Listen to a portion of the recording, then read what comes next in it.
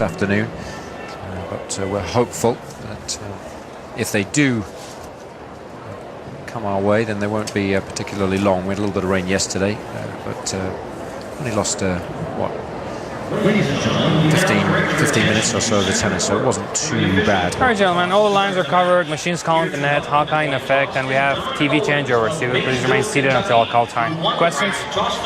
On the blue or silver? Blue side. Don's going to the toss. Go ahead. Your choice.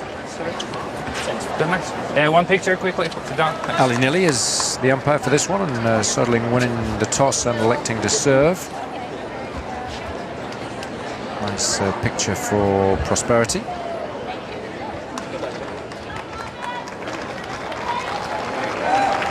First match for the Swede for a couple of weeks. Played a really long one in Washington, but hurt his elbow and hasn't been able to compete since. Mark Jikel, 6-3 in the third, so he woke up the next morning, arm was throbbing, no chance to be able to play. So nice for him this week to try and get his North American hardcourt swing back on track in a relatively tough section of the draw, because of course Hewitt's a very difficult first round opponent. Benjamin Becker already through to the second round. He awaits the winner of this one. Sam Querrey and Andy Roddick are also doing battle, and that'll be an interesting match as well. Roddick did beat Querrey in Washington a couple of weeks ago, but Querrey of course has enjoyed a really successful summer.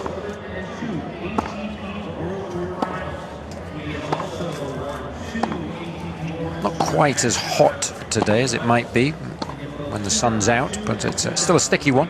74% humidity. Soderling, of course, Doug, has had an exceptionally good season, but surprised everybody, I think, in the game, because nobody expected him to go on the tear that he did in Paris. We know that he's been a good player in the past, but all of his better results have come either indoors or on slightly quicker surfaces, haven't they? Absolutely, and he's been one of those guys for the last few years that's been really hit or miss. You know, he can play good one match but can't sustain it in another match, and that's why I think that win over Nadal at the French was so impressive, because to be able to keep up that style of play in a 3 out of 5 set match. And then after the French Open, he's continued his run of good form on clay, winner in Borstad, which of course was the 4th title of his career, and that's allowed him to now stand on the cusp of the top 10. So I guess the next thing on his agenda, having made a Grand Slam final, would be to do a little better at these Masters Series events. Right, he's never really done much of anything at Masters Series level. He's been a quarterfinalist in Paris, that was indoors in 04, and then on the clay in Monte Carlo in 07, so it's been inconsistent at that level as well. And it'll be interesting to see how he does, particularly not really knowing the physical conditioning of that elbow. Yeah, that was the problem. I think coming into Washington, everyone expected him to do well on the hard courts of North America, but simply hasn't panned out that way because of that injury. So this is an important match for him, but couldn't have got really a tougher first round opponent, because even though Hewitt is currently ranked 42 in the world, he's still only 28. He's relatively fit, had problems with his hips, but said that he recovered well after early problems with those this season. And of course he's been a winner on the ATP Tour this year as well, in Houston on the clay. So although he's not as prolific as he once was, still a very tough competitor. And his results have been pretty darn good, as you mentioned. Quarterfinalist in Munich. Yes, he lost to Nadal at the French Open, but a quarterfinalist at Wimbledon. He seems to always play pretty well there. And then that amazing match that you called in Washington, where he had a good chance to defeat the winner. He lost to Del Potro 7-6 in the third. Yeah, and you mentioned the match that he had at Wimbledon as well against Andy Roddick. That was certainly one of the best of the tournament. Absolutely outstanding towards the latter stages of that match. Both players just gutsing it out, and of course Roddick winning 6-4 in the 5th in the end. And a lot of people forget that because everyone talks about just the final, but Roddick beat Hewitt in 5 and then Murray in 4 before losing to Federer in 5. Great tournament for the American. Hewitt, of course, has had a lot of success at this level, but in years gone by, really. In 2001, he won the Tennis Masters Cup in Sydney. 2002 and 2003, he was a winner in Indian Wells, and of course won the Tennis Masters Cup in Shanghai in 2003 too. And of course was ranked #1 in the world back in November of 2001. So although not quite as good as he once was, still makes life very difficult for his opponents. Last week in Montreal, did have a little bit of a twinge there against Ferrero, and lost that in pretty comfortably in 2 sets, 6-1, 6-4. So he'll be hoping to perform better physically today. Good news is he's beaten Soderling on the 2 previous occasions, but they were way back in 2004. So can we draw much from those, Doug? Not really. I think you give maybe just a tad edge to Hewitt just because psychologically he knows he's beaten the guy, but it's a different Soderling, isn't it? And it is definitely a different Hewitt. So a nice opportunity for Ali Nili to impress as well. All of the umpires have their performances assessed throughout the course of a tournament, and then of course they choose who does the later matches. So big match for him as well. Just think it's a wonderful contrast in style that we have here today. You have Hewitt, who's the consummate counterpuncher, runs down balls when he's playing well. He's able to change direction with the ball, go up the line. But he's going to be playing against someone who's going to be ripping balls at him. And if Soderling's on, those are the type of guys that, well, they give everyone trouble, but particularly Hewitt. I remember Augustin Caleri played Hewitt a few years ago at the U.S. Open. He just kept coming at Hewitt, and Hewitt had no real answers on a fast hard court. His wife's in the house here. Normally does travel to this particular tournament. Hewitt, of course, a family man now, and he says that his goals really have changed, and that's understandable.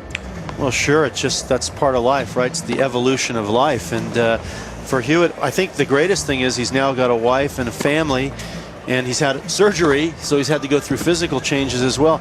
And he seems to be competing at a level, you know, like a second chance almost. Yeah, I think he seems to be enjoying the game as much as he always has done.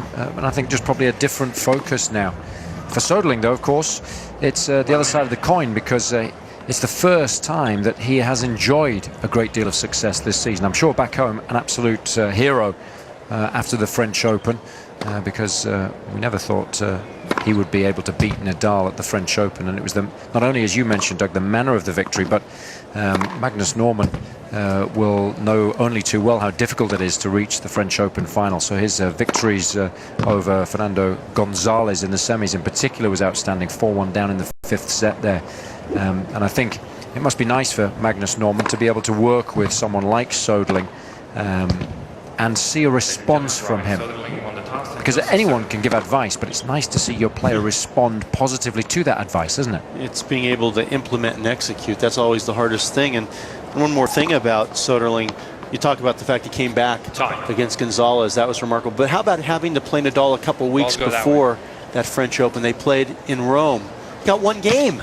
So psychologically, to recover from that, to believe that you can win after you lose love in one, that's pretty amazing as well. It certainly is. No question about that.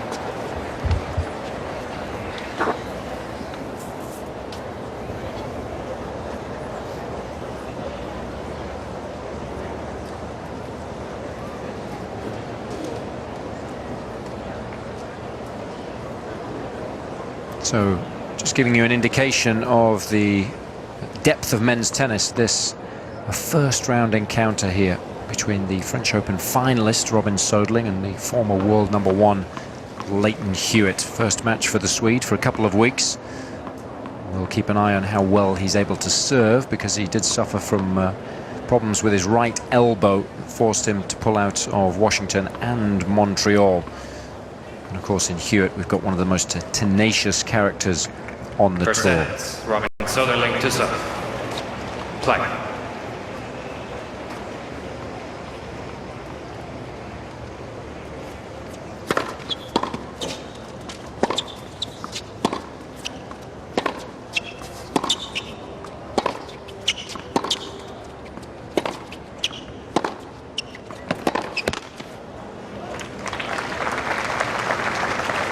Law 15.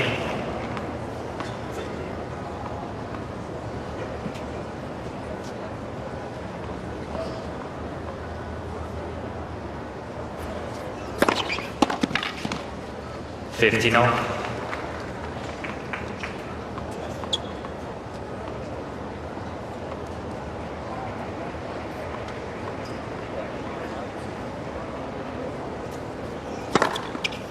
30-15.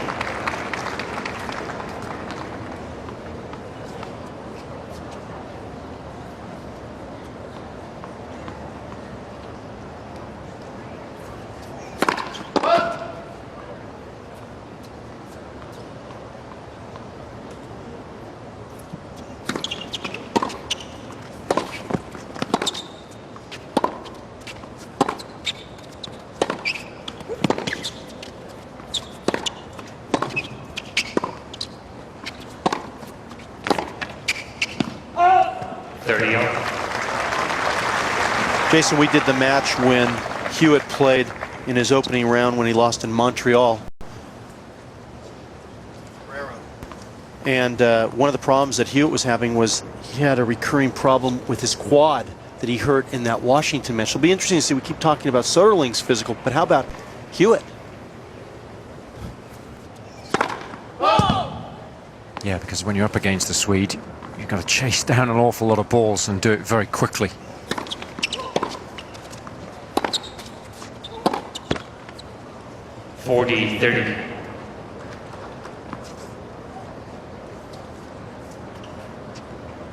He's got good memories of playing here in Cincinnati. Was a finalist in 2002, lost to Carlos Moya there, and again in 2004 lost to Agassi on that occasion. He's played well here.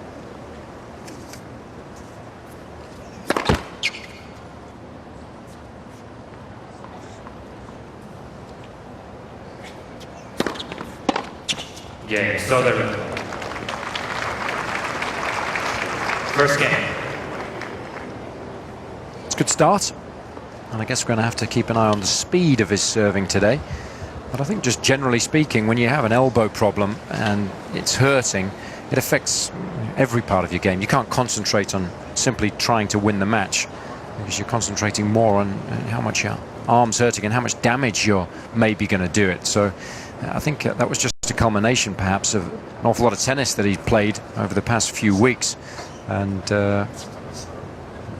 something he's got to get used to. And I'm not really surprised to see Soderling with an elbow problem, because we know how he just extends that arm and he hits it with so much arm and elbow. So that would be something that you would think may cause him physical problems.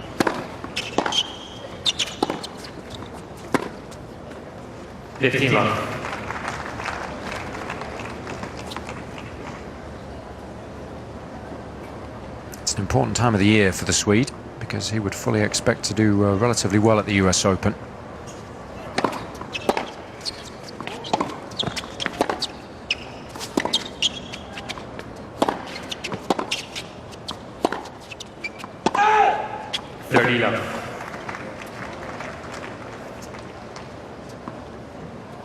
Hewitt would have high hopes of doing just that as well, but of course the draw's got to fall for him, really.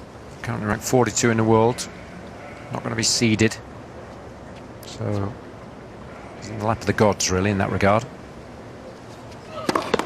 Net per service.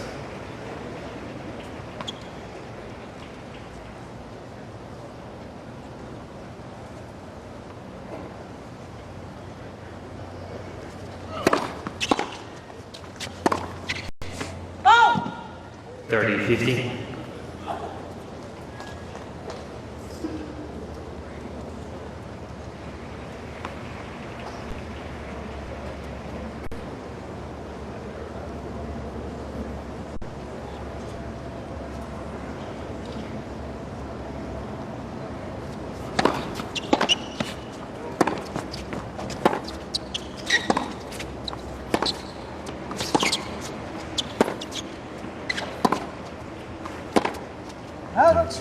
Very late on that.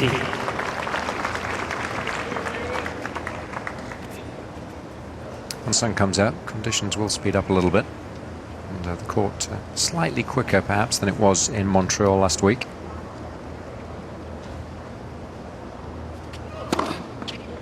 Yeah, Hewitt.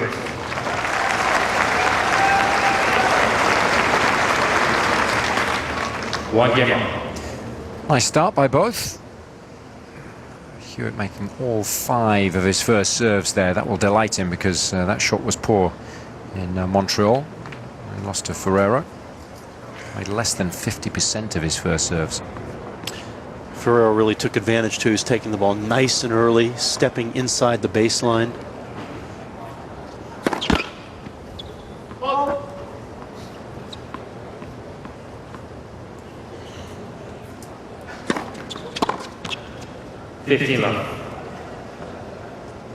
Nice duel as well between the Soderling serve and the Hewitt return. Australian, of course, one of the best in the business in that regard, but Soderling's serve, one of the most improved shots on tour this year.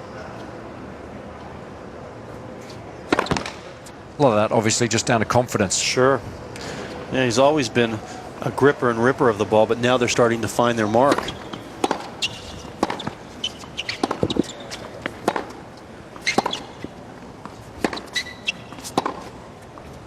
It's a lovely shot.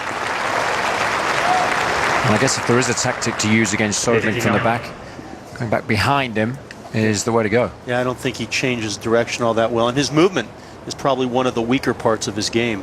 You notice how he plays so erect, doesn't really get down. He's not real athletic looking on the court, although he's very effective. Look at someone like Hewitt, he's amazingly athletic on the court.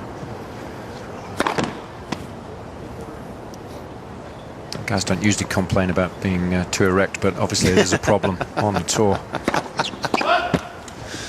15-30. He's in trouble here. This has to be considered as a half chance.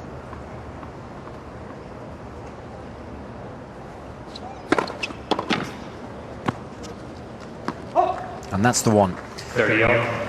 It's one of his favourites, that one. Wide to the outer court. Because he's so tall and he's got such long levers, he can create a little bit of additional angle. And it's a very difficult serve to read too. Not much shoulder rotation, but he can hit both corners of the service box with the same ball toss.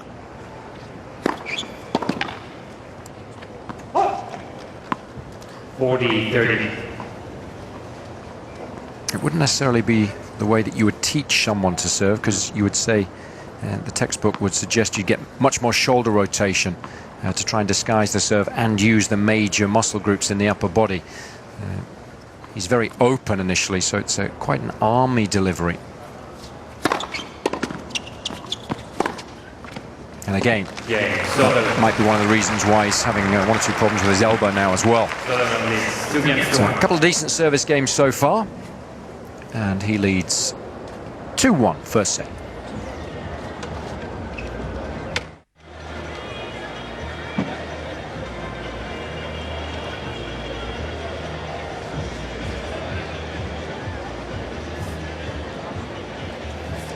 Time. Day 2 coverage from the Western and Southern Financial Group Masters. We're in Mason, Ohio. Overcast skies. It's a little bit cooler today than it was yesterday, but heavy conditions. What an interesting first round matchup we have. Leighton Hewitt, former #1 player in the world, taking on someone who's had a breakout year in Robin Soderling. Hewitt now serving 1-2.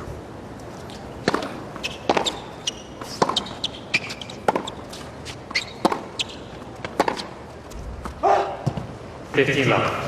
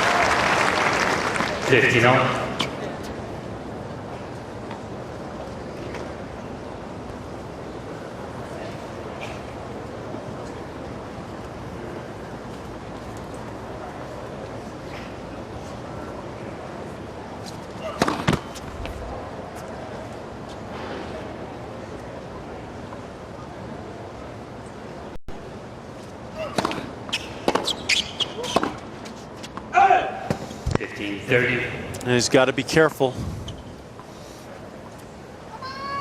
Hewitt's first serve has been pretty good. Remember, he's normally around 50% right now. He's doing much better than that, winning all but 1 point when he's been able to get the first serve in. He's got to watch out with the unforced errors, particularly on the forehand.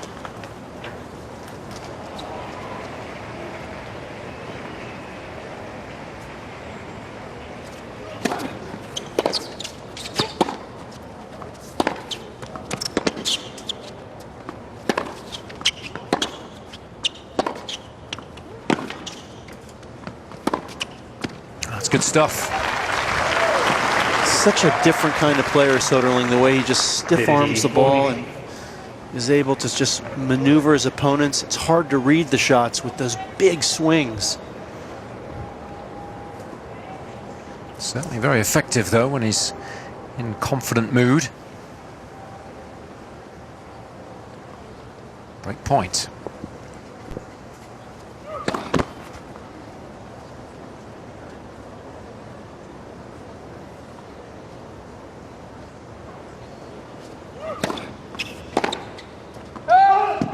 I think one of the differences, Jason, with Soderling is he used to be, to me, as good a player as he was, pretty weak mentally.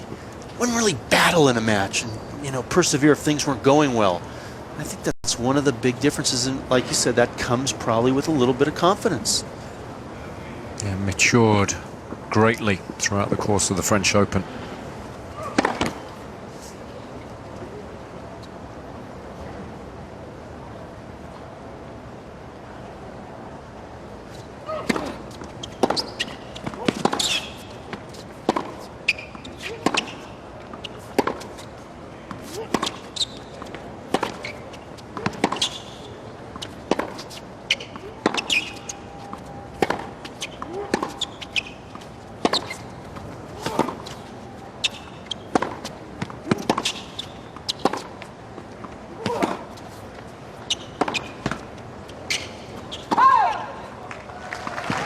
Well, that's the main difference between the two, isn't it? Soderling was trying to do something with every single shot in that rally, trying to constantly outmaneuver Hewitt and find an opening to hit a winner, whereas Hewitt content to simply counterpunch. Yeah, that's the contrast in the style, and you get the sense that if Soderling's on, his style will prevail.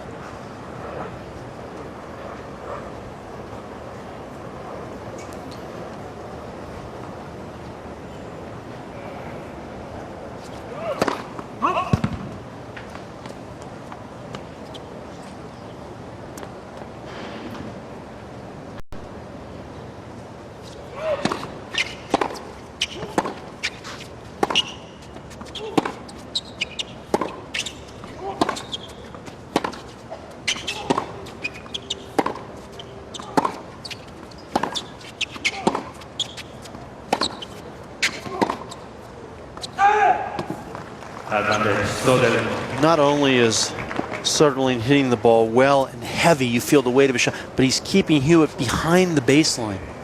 And you saw Hewitt there just flexing his knee a little bit too. He's wearing a very small strap on that. And we'll keep an eye on how well he's able to move for the remainder of the match, because Soderling's putting him under a considerable amount of pressure here. And another break point for the Swede.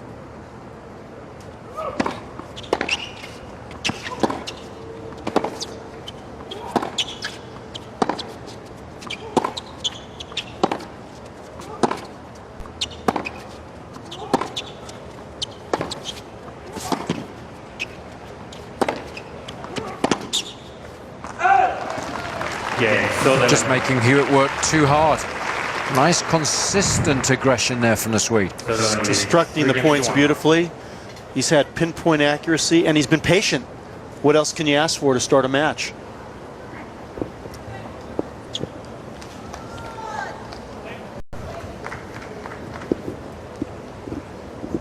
He's going to try and build on that break of serve.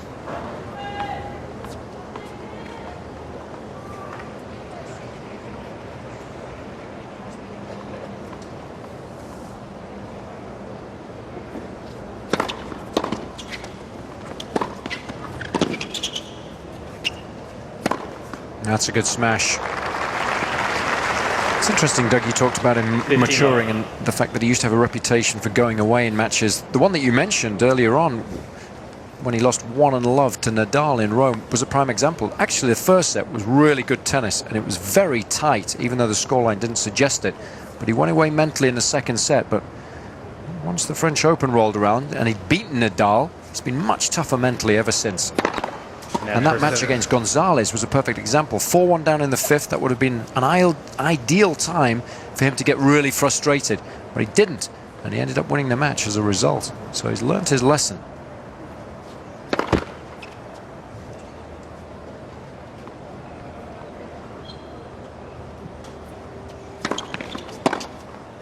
It's funny how it just takes sometimes one match to turn a whole career around. And that's why you see players out there constantly battling. They're waiting for that one match to give them the belief that they can find ways to win matches, where in the past they wouldn't be able to do so. Yeah, that was certainly the catalyst as far as Soderling's concerned. And it's been nice to see him do well ever since, too. 40 love. And then you love the way he's playing this game. How many players just let up? They get that break early on. They're not able to keep their foot on the accelerator. This is a perfect way to keep Hewitt down. Yeah, that first serve has been very effective. It's winning 88% of the points when it finds its mark.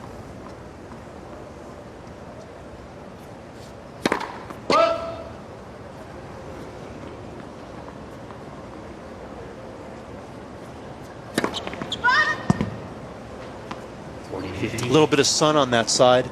That's the north side, and the sun has just come out. So it's pointing right in his face. And when you have that ball toss that high, well, it makes it a little bit more difficult.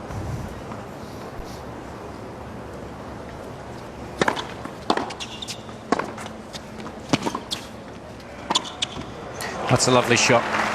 Really subtle. Just saw Soderling coming in out of the corner of his eye, so he just adjusted his sights as a result. Dropped the ball down to the Swede's feet. He is relatively uncomfortable at the net when given anything lower than the height of the net. Nothing wrong with that. Big booming serve. Brutal stuff. And he's made a very bright start to the match. 4-1. First set.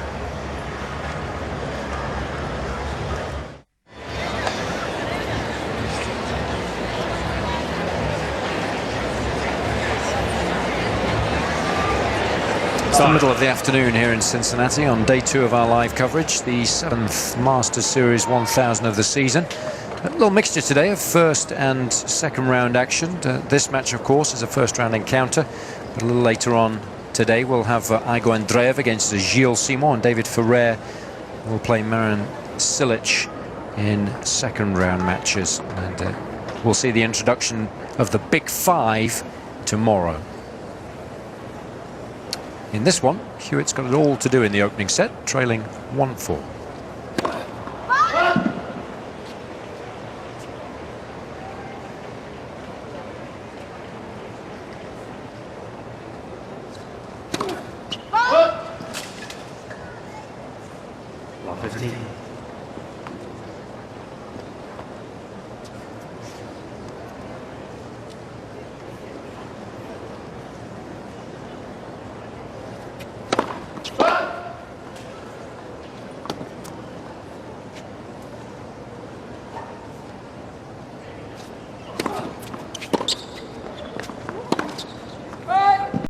Love 30.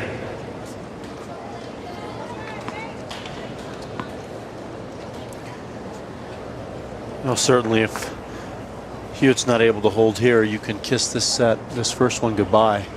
Double break for Soderling.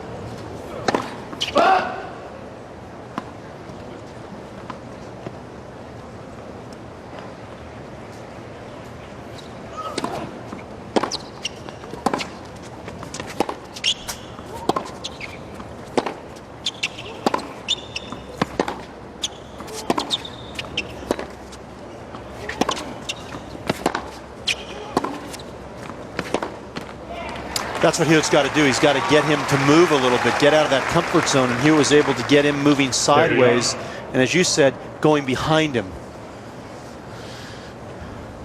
But of course, it's not easy to implement that kind of game plan when you're on the back foot all the time. When you're having to defend.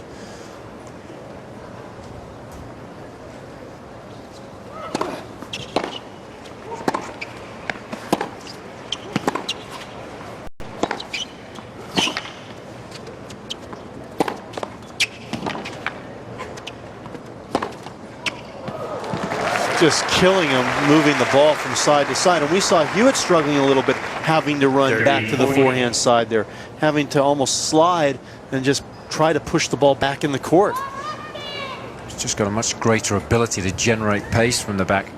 That's always been the problem for Hewitt, really, down the years. Once the game started to change a little bit.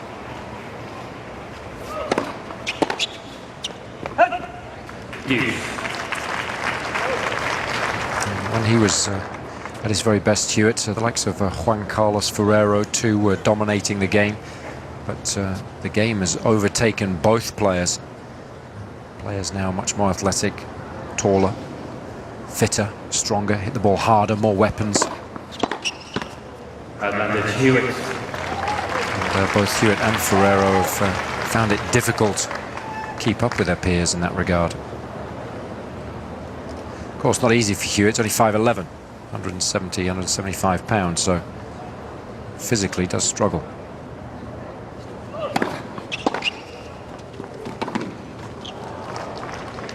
It's not to say he's not a great mover. Obviously, in that regard, physically, there's no problems whatsoever, but just very difficult to serve huge when you're 5'11" and to hit the cover off the ball from the back of the court. That's what all these bigger guys do now. 6'3", 6'4", 6'5". Just huge games. Players like Hewitt are throwbacks. We don't see too many of them.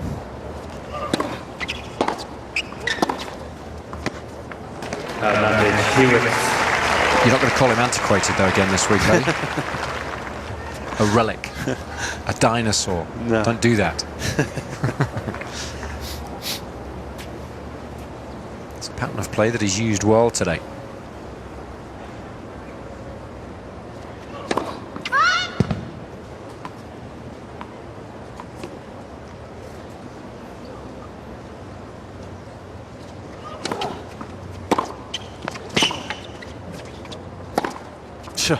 He's just feasting on that second serve. He's got so many options there once that ball's dropped short. So deep. Hewitt did well to get it back in play, but the Australians only won 4 of 11 so far. And, Soderling hitting many more winners than his opponent.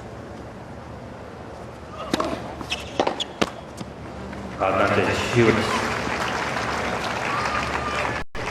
It's hard, I think, when you're up against the Swede, because you're never in control of your own destiny. Soderling always likes to be in charge of that. Just go for shots. Hit or miss.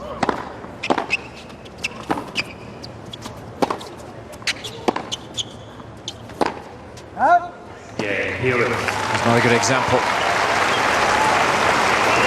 Hewitt managing to hold, but only because Soderling missed a couple of shots in the end. But an impressive hold. Down left 30 that game. I was ready to give the set to Soderling if he got that second break.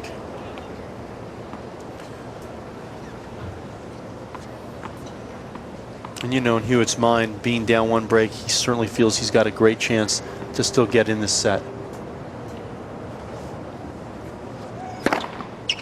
15 love. But you made the point. I mean, you have no control of what's going on when you're playing against Soderling. He takes that right away from you. It's almost a similar feeling to like guys that are playing Karlovic when he's serving. More in regard to the serve. Yeah. And Soderling from the back of the court as well. Utterly dominant. Karlovic not necessarily so.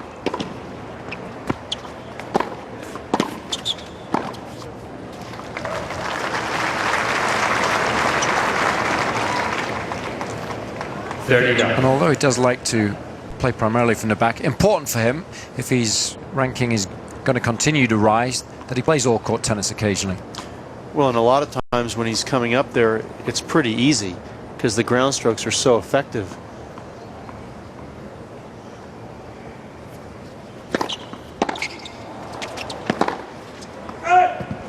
Thirty, 15.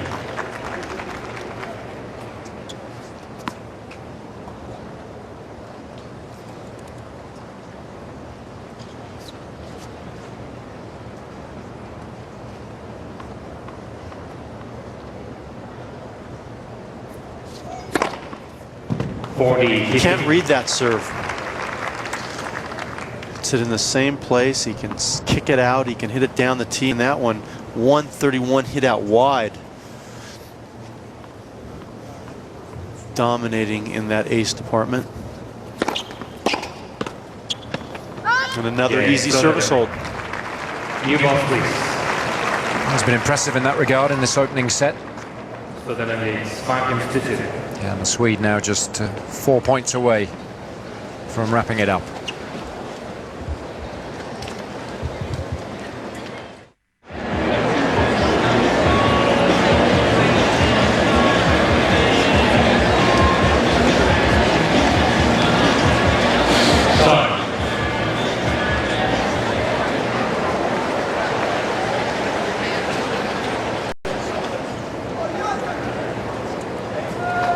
Been a tough opening set for the two-time former finalist here.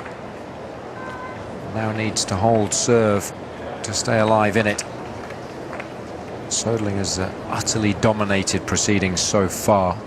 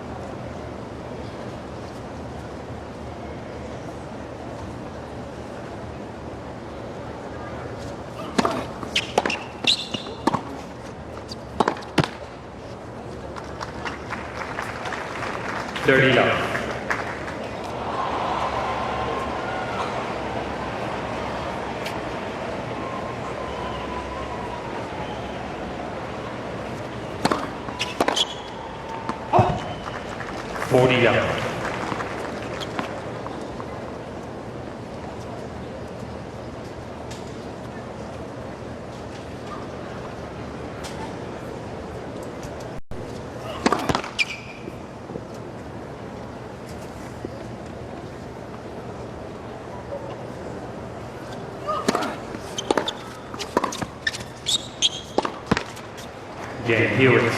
It's a decent service game. Hewitt leads 5 games to 2.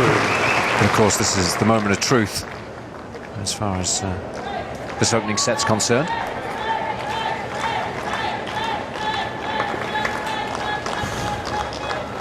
That's all you can do. Just that one break of serve. And for Soderling, he hasn't faced any break points. Even against someone who returns as well as Hewitt. Has not been a factor as of yet.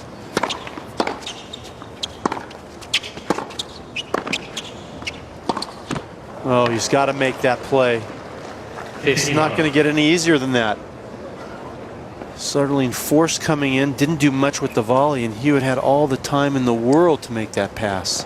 Especially given it's the first point, it's such an important game. That's the problem, though, when you're playing someone who keeps dictating. You get very few easy looks, and those easy ones are magnified.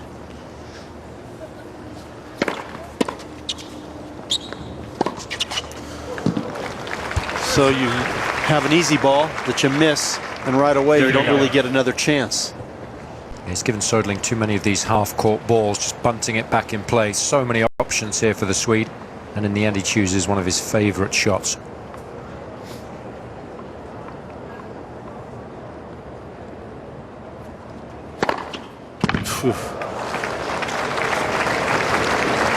It's a decent hit, 138 miles an hour. It's impressive. It hasn't taken him long to reach set point.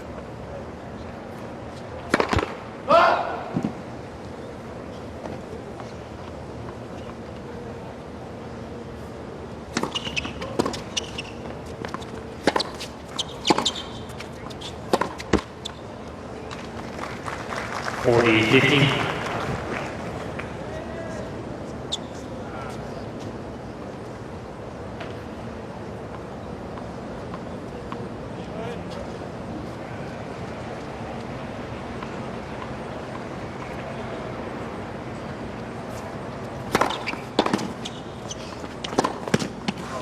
Too good. It's as simple as that. Serve was outstanding. Quality of the ground strokes really good as well. Anytime you can boast more winners than unforced errors, you've got to be pleased with the way that you're playing. 6-3.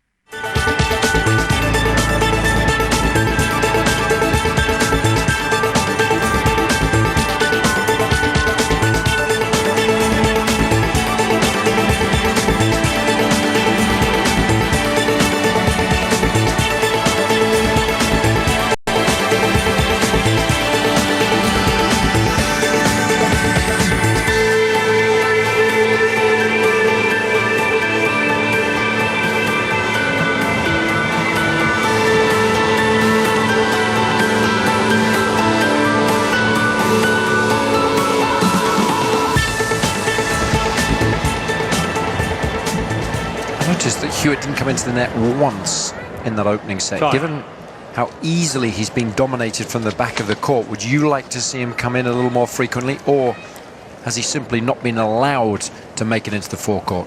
Well, I mean, it's a little bit of both, but certainly he doesn't want to come in, so he's going to have to make an adjustment mentally. He's going to have to change this game, because this is a losing game he's playing right here.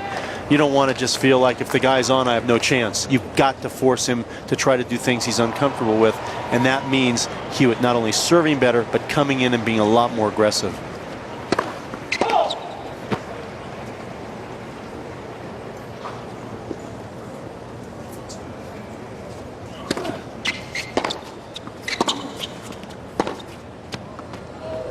Low 15. You know, look at where Hewitt's standing. He's about 10-15 feet behind the baseline. I mean, if you're losing like that and your opponent's not making mistakes, you can't just believe eventually he's going to start to miss. The match will go by you.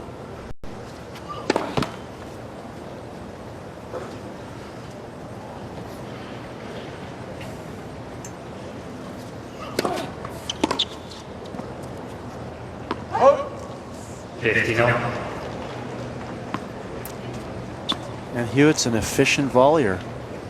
Remember, he won his first major title in doubles with Max Mirny back in 2000 at the US Open. Although he did hit a lot of great returns back then, and Mirny was able to poach and cross and end a lot of the points. Yeah. Of course, he's a good volleyer. No question about that.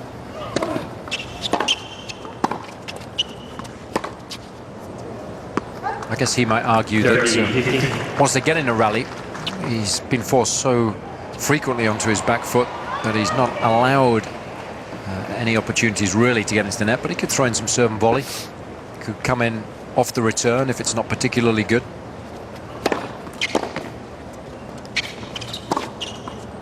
There's a good example, even though it was a winning shot. Had Soderling put that one back in play, I'm sure Hewitt would have felt that was a good opportunity to come in and finish the point at the net.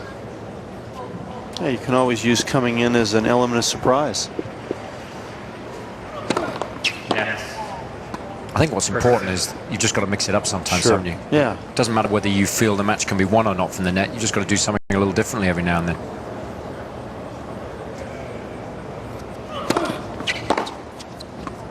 Hewitt. It's a nice comfortable service game. First game, second. The good thing about Hewitt is that he will still believe he can turn things around here. So such a good competitor in that regard. Yeah, if you wanted to have one guy play one match for you, particularly when he was playing some of his best tennis, he might be in the top 5 of all time, guys to compete and play the big match. And even now, at the age of 28, still fantastic competitor. He's overcome the hip surgery. Even though he lost that opening set, just the one break, you sense that he believes he can still make it happen. But I do think he has to make some adjustments to his game plan.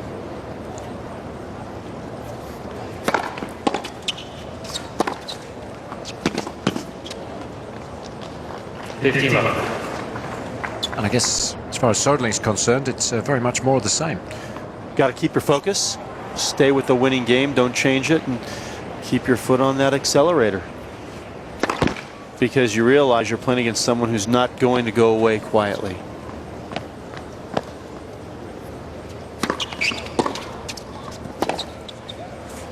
Well, this is interesting. In the last 2 games, Soderling has missed 3 forehands where he's actually shanked them. He hasn't hit even close to the center of the strings. But I guess with that large wingspan, that's going to happen occasionally. It's going to make sure it doesn't happen on a big point.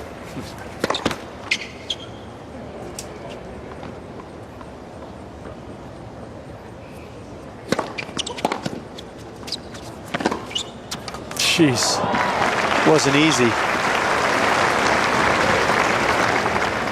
30-50. Hewitt actually hit this ball, and it's probably tougher for Soderling to have to come forward when he doesn't want to, but he got such good angle and he got such leverage. He was able to create just that fantastic angle.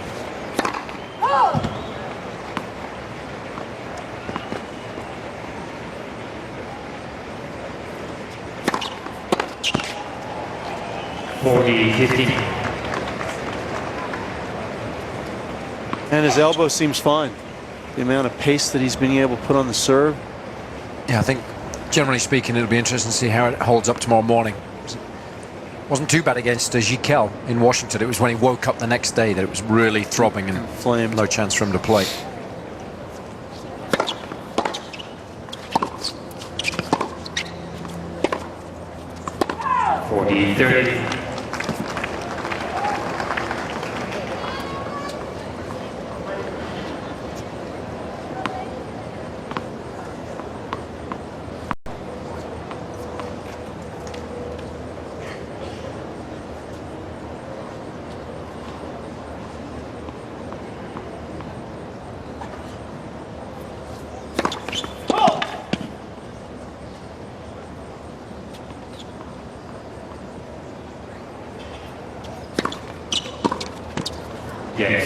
Well, that's the part of Hewitt's game that just has to get better. Second serve look on his favorite backhand return. Magnus Norman will be pretty pleased with the way this match has panned out so far.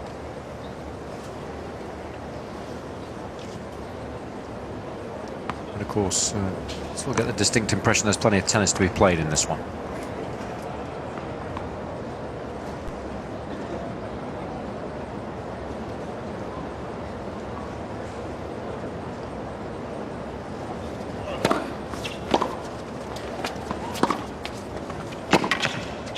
There we go. It's the first time he's come to the net on a ground stroke in this match, and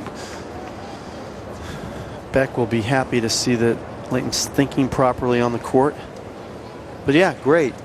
Mix it up.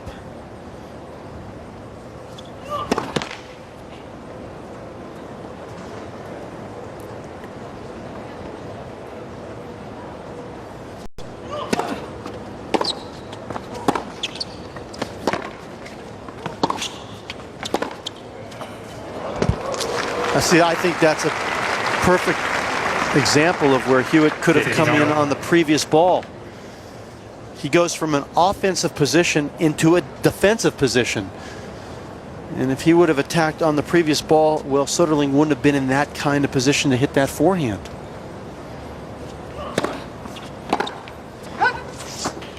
He's had a lot of success with that slider. Soderling's been late on a lot of those returns. And again, it's because he takes such a big swing at the ball.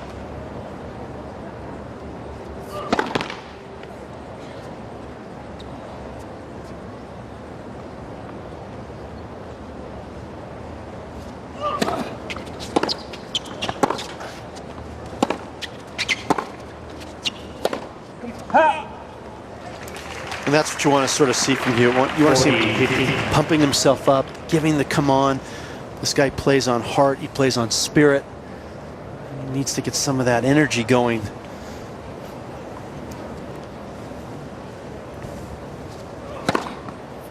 Nice variation and a much better service game.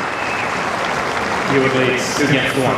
Got the advantage of serving first here in a second, and be looking to make good use of that from here on in.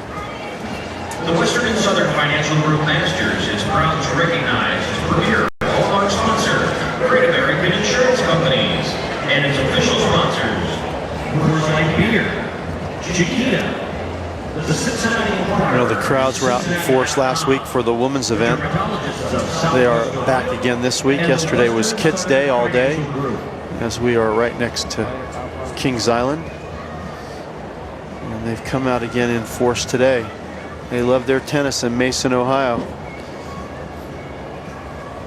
And they're hoping to get a little bit of a comeback in this set from Rusty.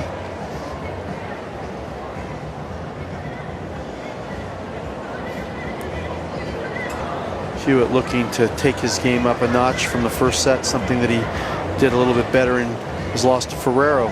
Didn't play well in the opening set, but came back and challenged, had a chance in the second set.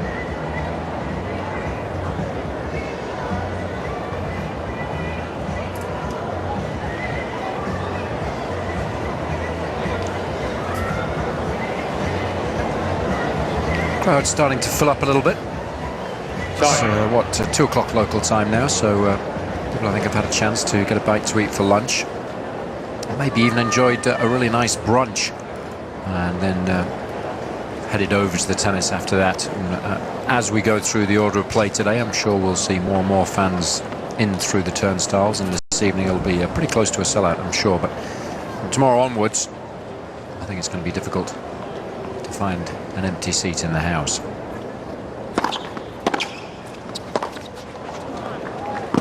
No, the forehand has certainly gone off a little bit in this second set.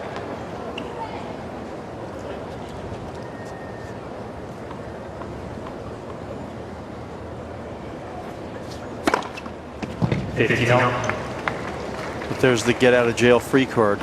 And he's used it regularly today.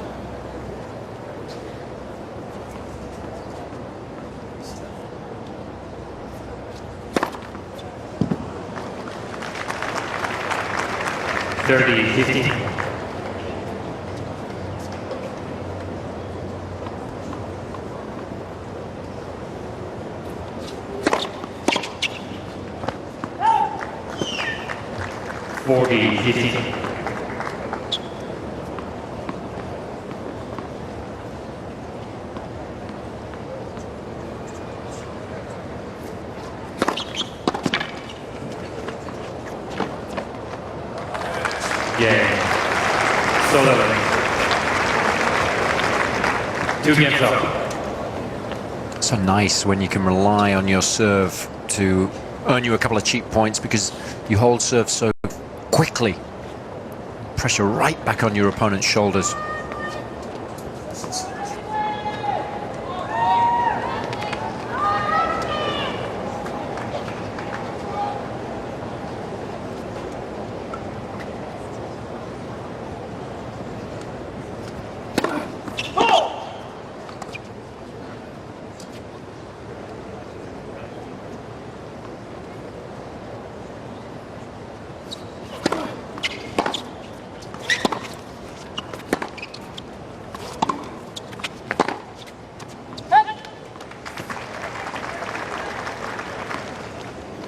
Left.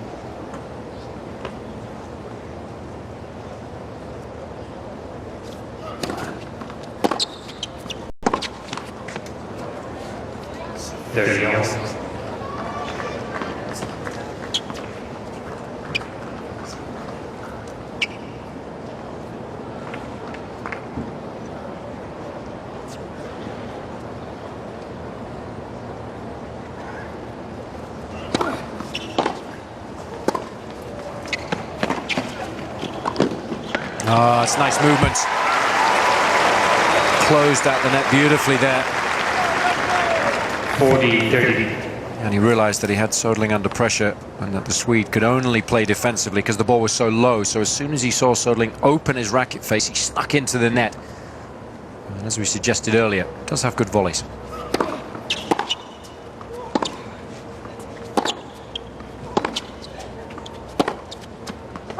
Game, Hewitt. Hewitt leads 3-2. Only dropped 4 points on serve so far in this second set, so that will please the Australian, who leads 3-2.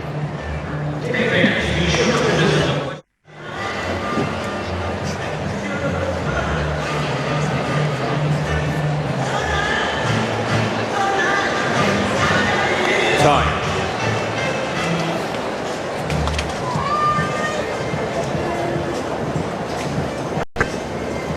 Day 2 of our live coverage. Jason Goodall alongside Doug Adler. Robbie Koenig will join us in the commentary box for the following match here. It's first and second round action we've got for you today. This one, Robin Soderling played a very good opening set, won it in 34 minutes. But the second set, so far, has proved a lot more competitive.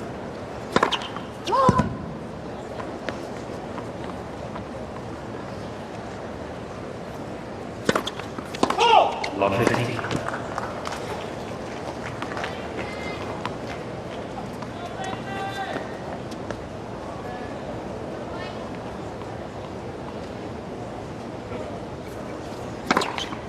Balls.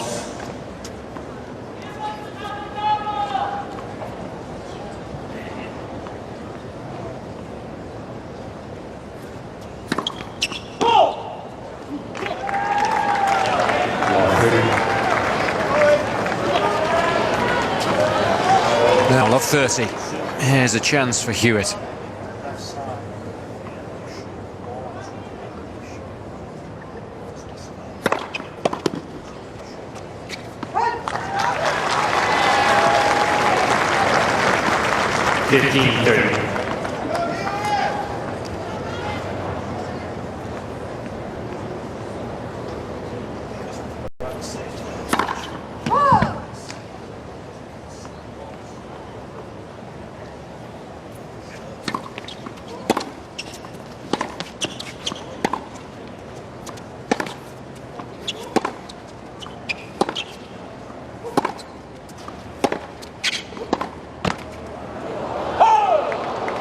Well, again, Hewitt might think that he's unlucky there with the ball skidding off the baseline, but I thought he had an opportunity to be a little more aggressive on the previous shot.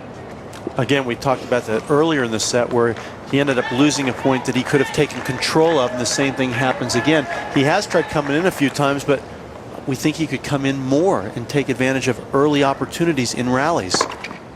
And then he puts himself in that kind of position. And even if he doesn't come in after the backhand, be more aggressive with it. Don't just hit it back across court and wait for Soderling to miss, because so far today, in the 54 minutes that these two have been going at it, he hasn't missed that frequently, particularly with the backhand. It's been the forehand of late that has let him down.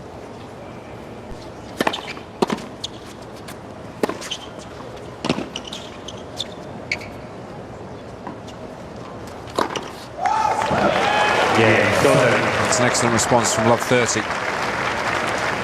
But I'm sorry. You just get the sense, though, that Hewitt believes that this guy's going to just make a bunch of errors and give the match away. And I just don't think that's the right way to think, particularly when you know how well Soderling's played.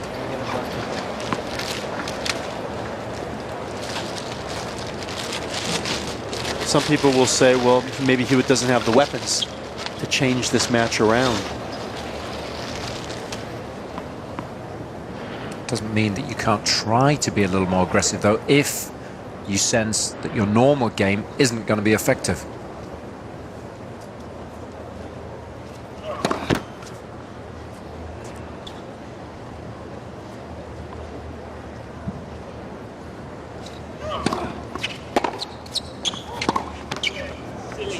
Love 15.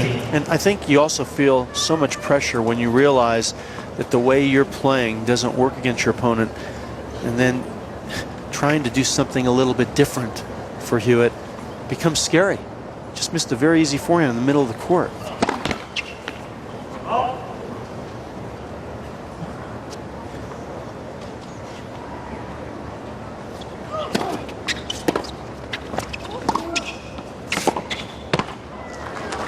That's it. Had a small opportunity, made the most of it. Just got to commit to realizing that I'm not going to let this guy continue to dictate what goes on.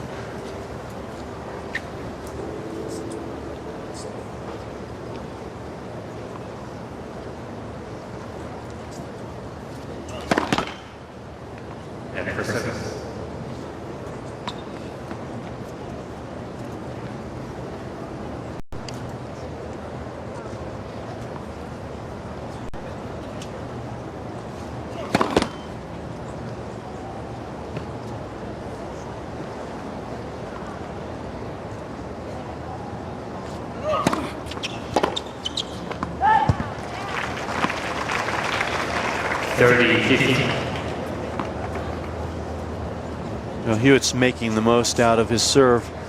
Under 50% now in this set, only 47%, but he's won 8 of 9 when he's got the first one in.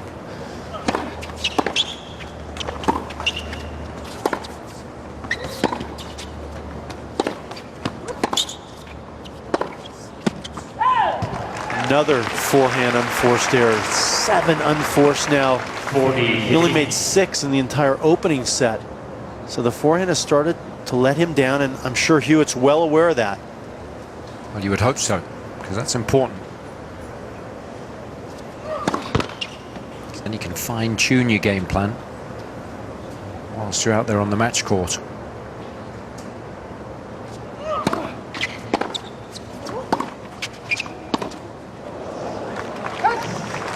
It's a relatively obvious set in this second set, so Hewitt will be hoping that he can take advantage of it. No break point for either player so far here in the second, so Hewitt leads 4-3.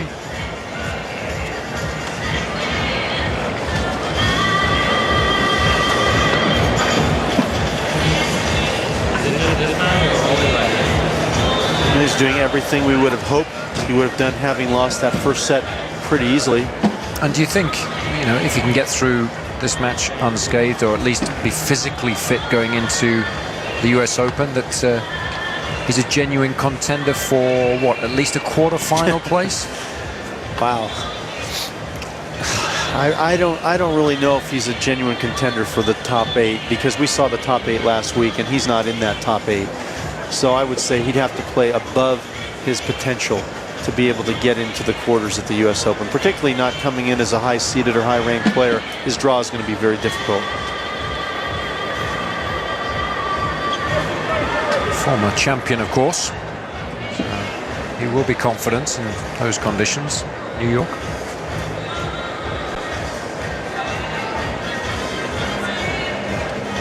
It was interesting, wasn't it, in Montreal last week, with the top 8 ranked players in the world all qualifying for the quarterfinals for the very first time since rankings began in 1973. And Hewitt, I'm sure, if you spoke to him at the beginning of the year, would think that he could get back inside the top 10, but he does seem at the moment to be a ways away from the 8 that qualified for the quarters last week. I mean, yeah, when you compare him to the likes of Federer, Nadal, Murray, Roddick, guys like that, Djokovic, Tsonga, Davydenko, Del Potro, it's not there. It's just not there. And then you can throw in a few more guys. Gilles Simon, Fernando Verdasco.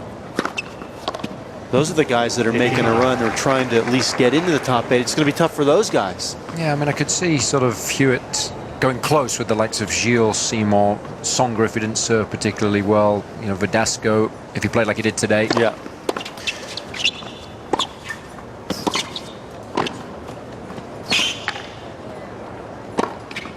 That's a lovely smash. But I think, you know, when you talk about the big 5 at the moment, you know, Federer, Nadal, once he regains his fitness, Murray, Roddick, Del Potro, and Djokovic, who is struggling a little bit. When those guys are playing well, Hewitt, I think, would struggle against them.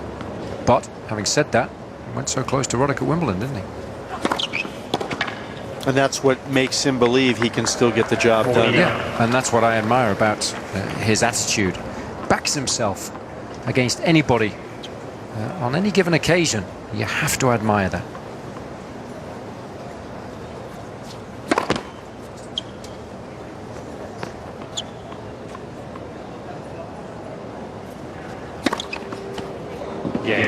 Soderling. And you know, we left Soderling out of that list of players. He's right there on the cusp. Yeah, well, he's a dangerous player, isn't he? For me, not someone you can definitely say is going to make the quarterfinals, but it's somebody that they don't want to play if he's on. Like Fernando Gonzalez. Absolutely right.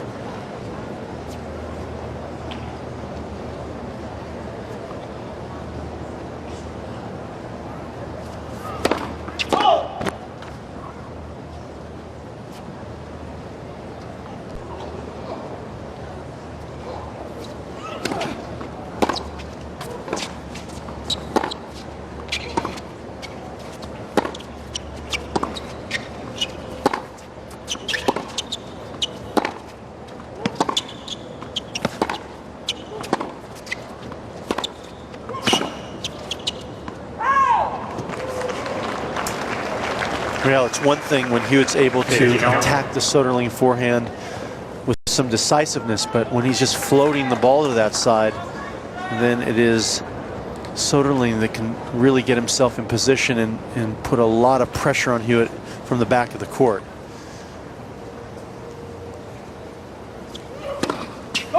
Hewitt continues to try to break down Soderling's return, particularly on the forehand wing.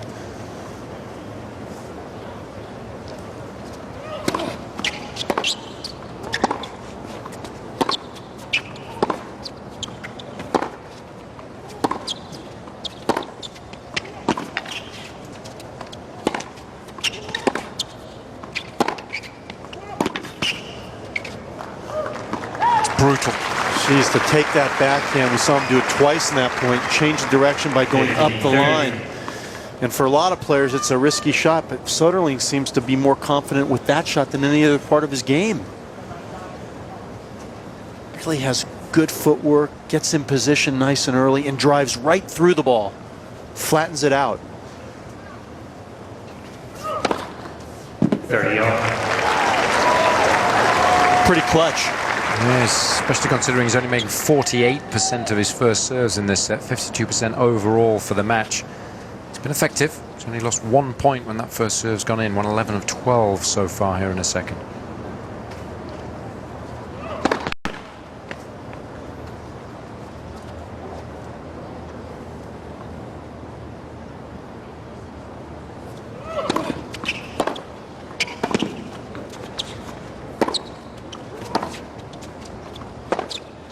Another shanked forehand.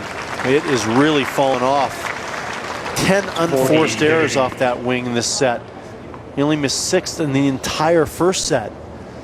So in 9 games, he made 6 unforced errors on that side. Now we've only played 8, this the 9th, and he's in trouble on that forehand. And Hewitt's figured it out.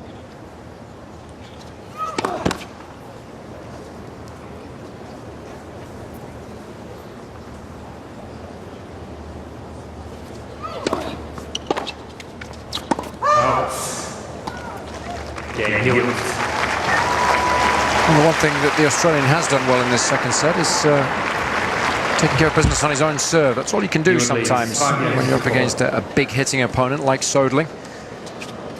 The Swede now trailing 4-5.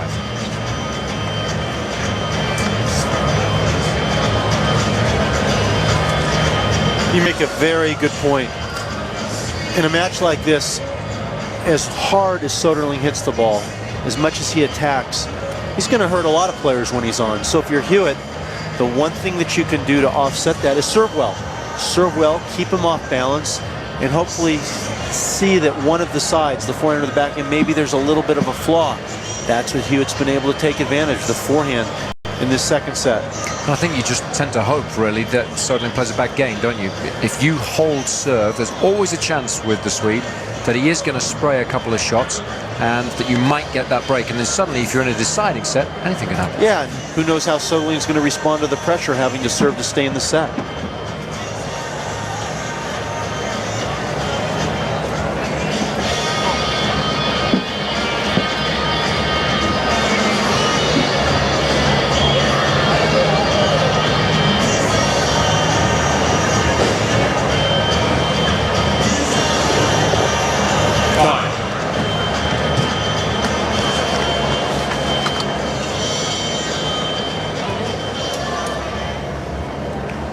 Still one or two clouds on the horizon, but fortunately no interruption as yet in our schedule of play today.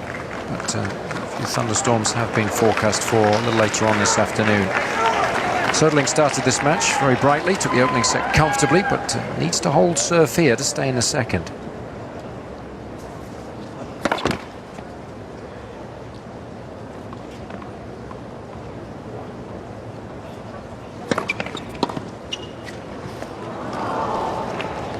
They try to change the tactics, Hewitt. Tried to take the ball on a little bit early. I don't have a problem with him missing that shot.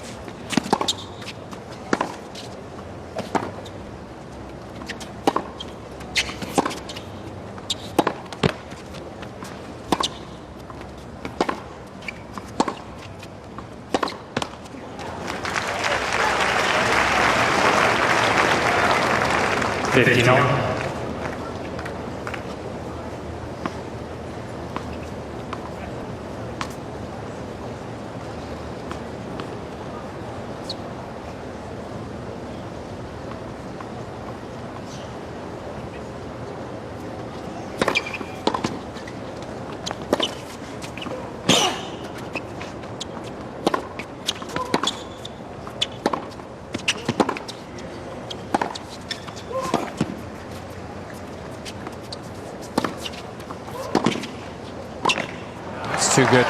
Hewitt did well to stay in the rally as long as he was able to, but under so much pressure there. Hewitt still can cover the court at 28 years of age. Boy, can he hustle. And he really put the pressure on Soderling to have to close that point out.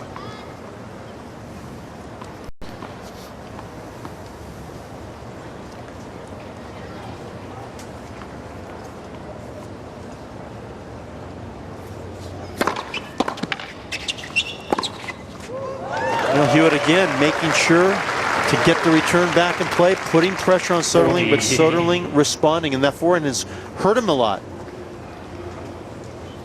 So got to commend Hewitt. He's doing well this game. At least he's making balls and he's saying, okay, Soderling, I don't know if you can handle it.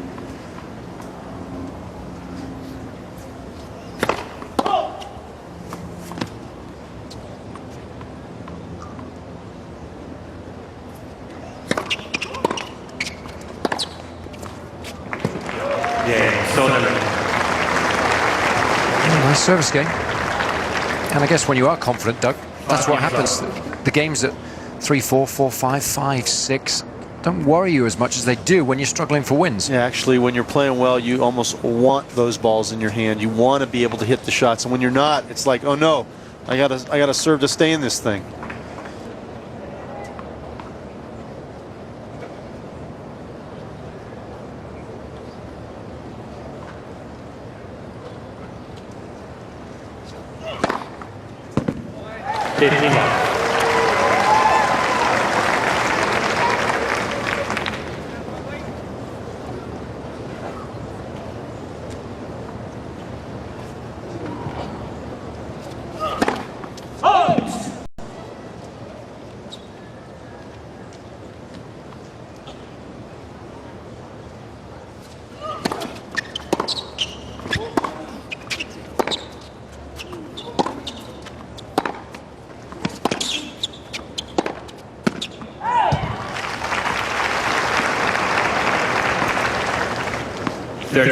Still no break points for either player, and Hewitt's done well to really improve that serve in this set.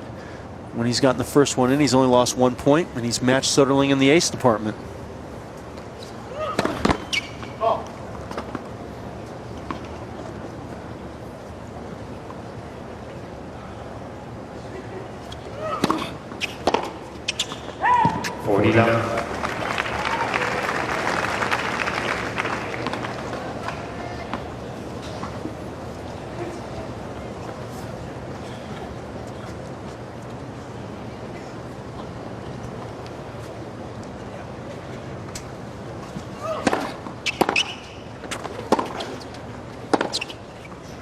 Lovely shot.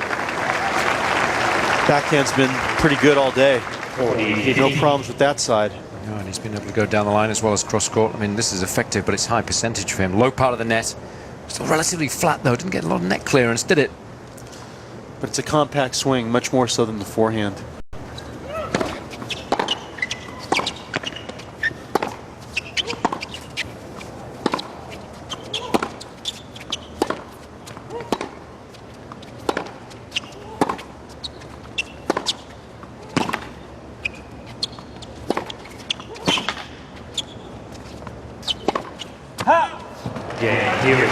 Hewitt got away with some short stuff.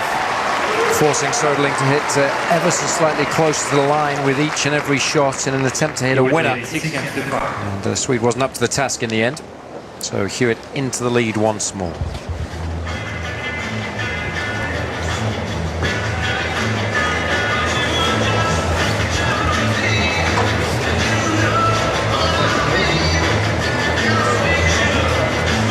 We've talked about how well Hewitt's done in the second set. I guess from Soderling's perspective, even though he's not playing quite as well as he did in the first set, he will argue, well, I'm holding serve too, so if we get into a tie break, I'm pretty happy with that. Yeah, I'm sure he's going to just say I was a little rusty with the forehand, but bottom line is when I needed to do things on my own serve or take care of business on my own, I did it. No break points, very efficient games on serve, so you always can say, well, I can play better, but the bottom line is if you're holding serve and you're playing well on your own serve, there's nothing really to attack in a negative way, really.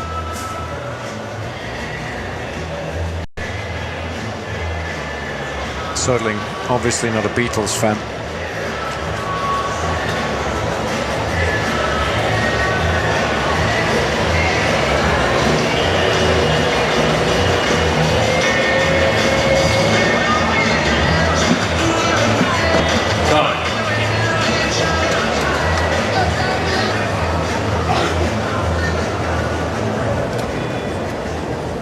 Good job in this second set of focusing and not getting too down on himself when he's made errors. And Hewitt, of course, has been equally good, taking care of business on his own deal. So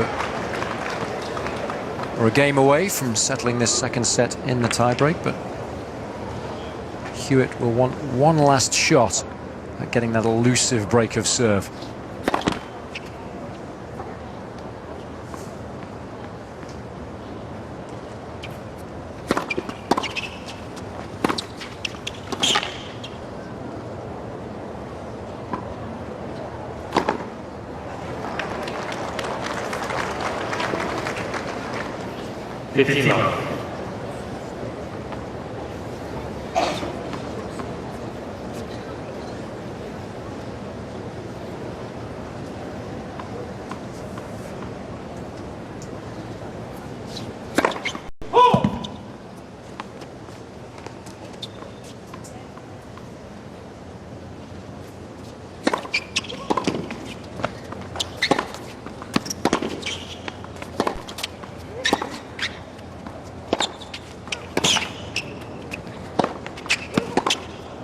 That's a lovely shot, didn't do enough for the drive volley.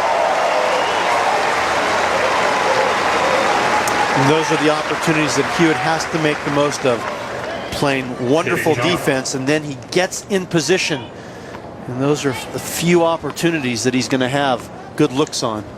Doesn't want to miss those shots.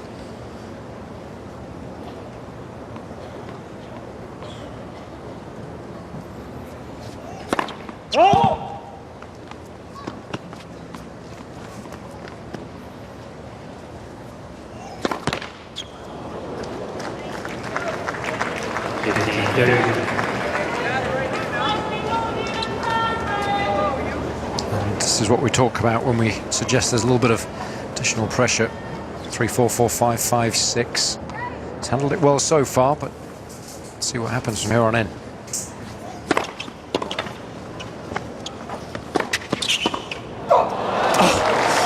Guessed right.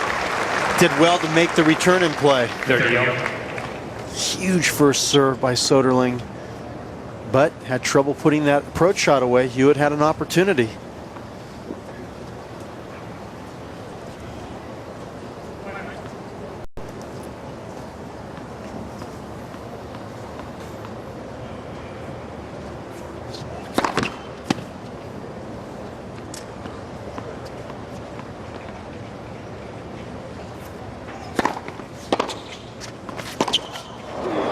That's a very sensible return of serve, given that in this second set we've seen 14 unforced errors off that particular wing compared to just 4 off the backhand. His set point for Hewitt.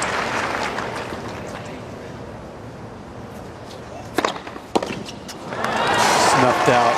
That was the first break point Hewitt had in the entire match. That shows what a good competitor he is. Just dug in, finally got his opportunity.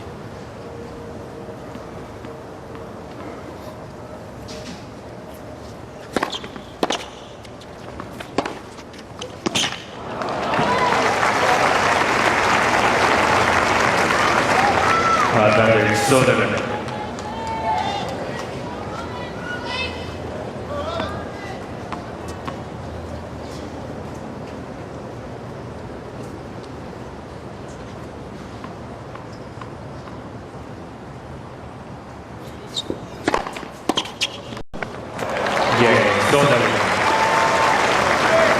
Well, we talked about responding well under pressure.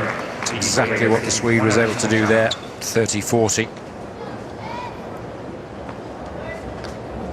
Everything still to play for here.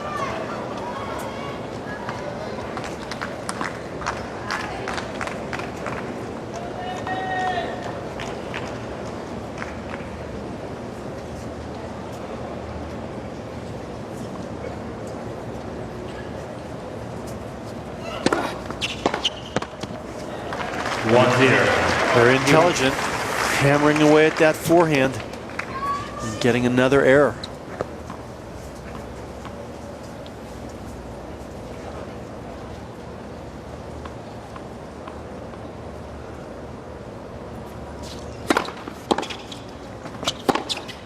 Comes off balance there. And once you fail to get set with the feet and you unload with the upper body, you'll be in trouble.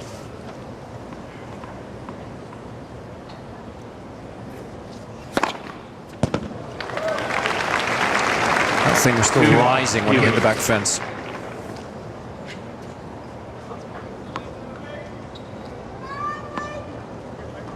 Yeah, the ball bouncing exceedingly high on this court this week. A lot of players talking about the fact that the ball's just bouncing higher and moving quicker than it did last week in Montreal.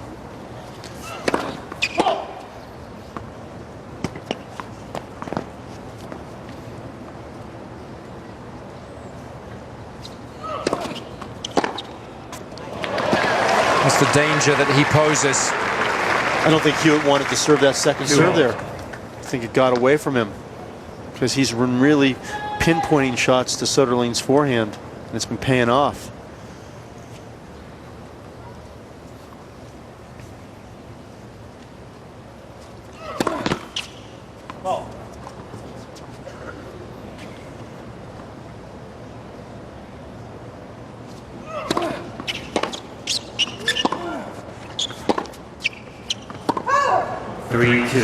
Hewitt.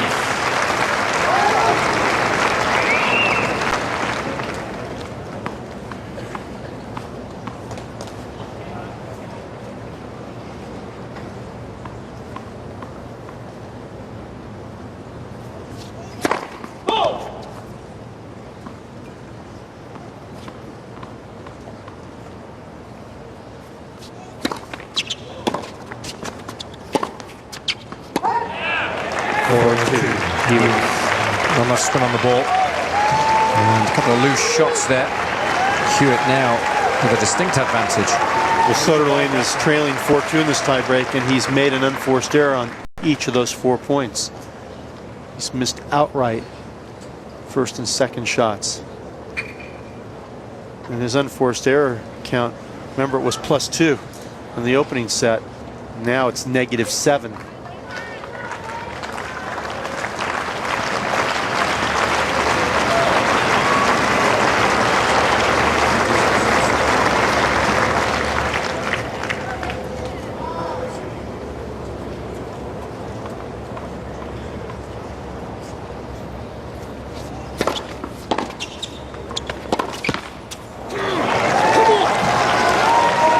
Hewitt has persevered in the second set.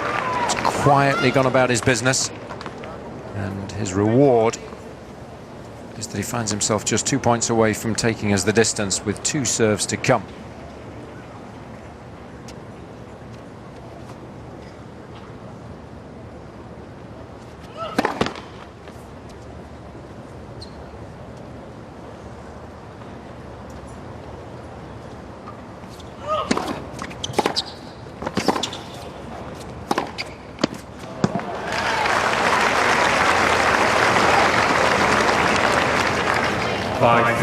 Hewitt. You know, this tiebreak has been all hit or miss for Soderling. He's dominated all 8 points. Unfortunately, he's made more errors for him than winners.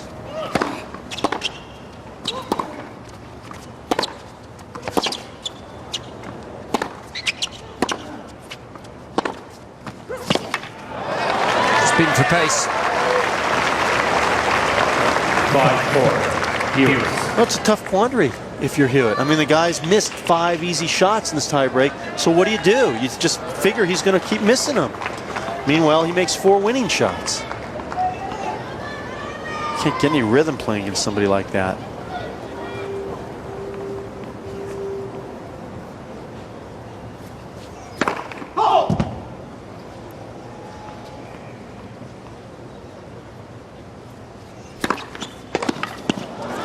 Just a huge second serve. It's like he's hitting through his nerves. He's saying, the hell with it. I have a second serve. I'm not serving that well. I'm going to hit a huge second ball and play right out of it, because that's what I do.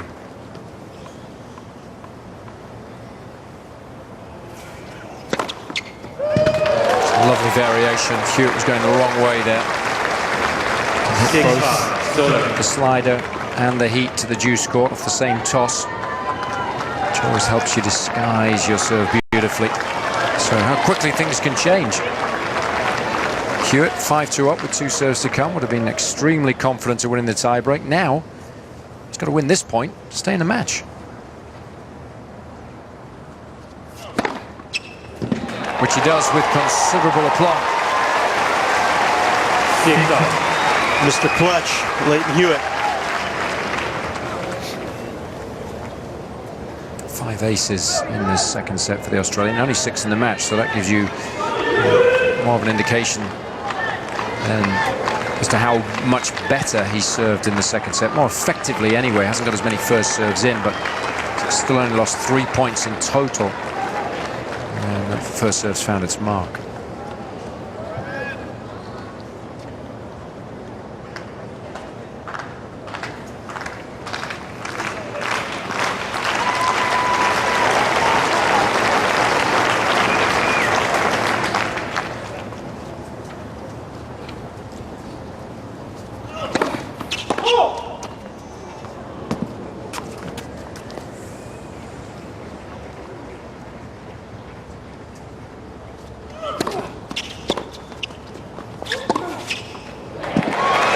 Very close.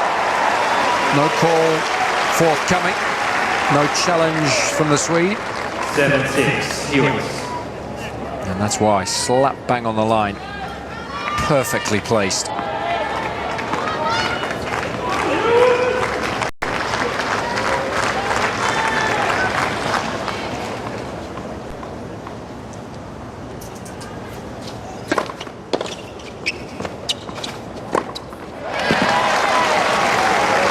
Players really responding well under pressure with first serves. And it's important, isn't it, when you do feel you're a little tight, a little nervous, really want a point, play to your strengths. Soderling going there with his favourite serve, with his most profitable delivery.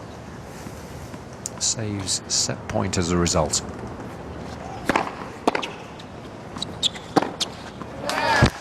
Two very well played points by Soderling, all set up because of good first serves. Nothing Hewitt could do. He has neutralized Hewitt's return today, make no mistake about it. Now can he hit a decent return of his own here? Another chance to put this match to bed.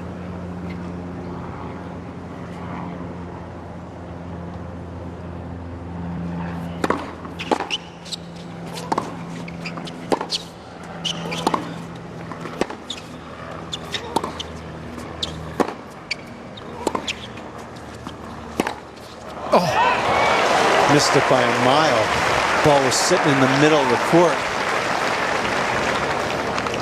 8 all. Little bit of tension, and that forehand's not working. Well, technically, not as tight as the backhand, so when you are under pressure, it's always going to come back and hurt you. 2 match points saved.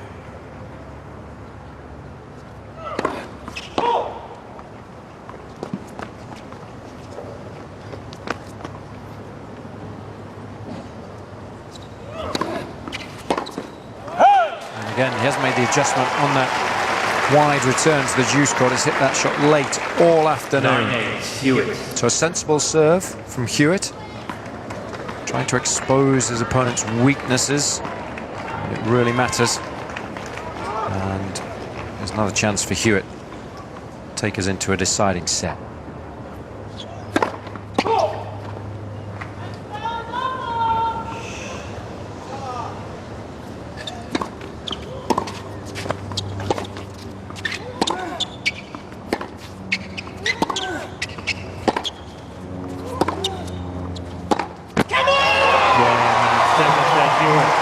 Well, he had to gut it out. He was under caution for the vast majority of that second set. Crucially took care of business on his own serve, got himself into a tie-break and backed himself when it got really tight. 1 set apiece.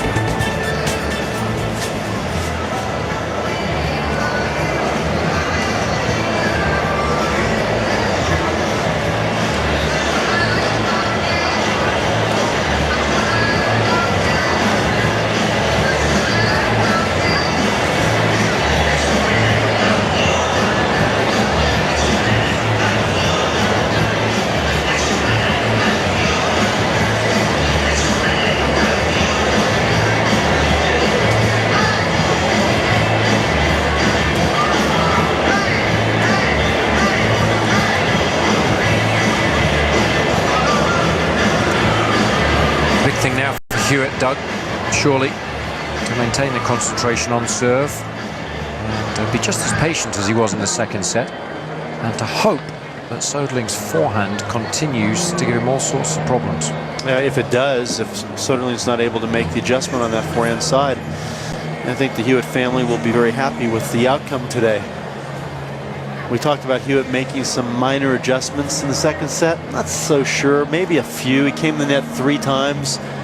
He didn't come in the whole first set. He was successful those 3, but I think what really made the difference is his serve gave Soderling a lot more trouble, and he was able to pinpoint that serve at Soderling's forehand on some critical points. And the other thing is, Soderling had a couple match points, and on the second one, he had a really easy forehand in the middle of the court. And once Hewitt saw that Soderling wasn't going to take advantage, then you got the sense that Hewitt believed, well, this match was out there for him to take. I certainly believe that now. Has had good results historically here in Cincinnati, so he will feel that he's well used to the conditions here. They haven't changed much over the years, and that they suit his game, even though, of course, much more of a counter-puncher than an aggressive player. 2-time finalist. And the Swedish camp will be a little disappointed, I'm sure, because this one looked like it was in the bag pretty much until that forehand started letting him down a little bit, especially on the match point. Very wild shot there when he had a golden opportunity with a mid-court ball. So a lot of work to do mentally for Soderling in this third set, but in the last couple of months that's proved pretty comfortable for him. He's matured rapidly as a player since defeating Rafael Nadal at the French Open, which has been nice to see. And crucially, doesn't seem to be too many problems with his elbow today either. Still serving with a lot of pace. And he's got a lot of success when that first serve goes in. But of course, a lot will depend on how he wakes up tomorrow. That's often more of a problem for players with niggling injuries than it is during the match, whilst the adrenaline is coursing through your veins. So, everything still to play for in this third set. And it'll be the Swede to get things started.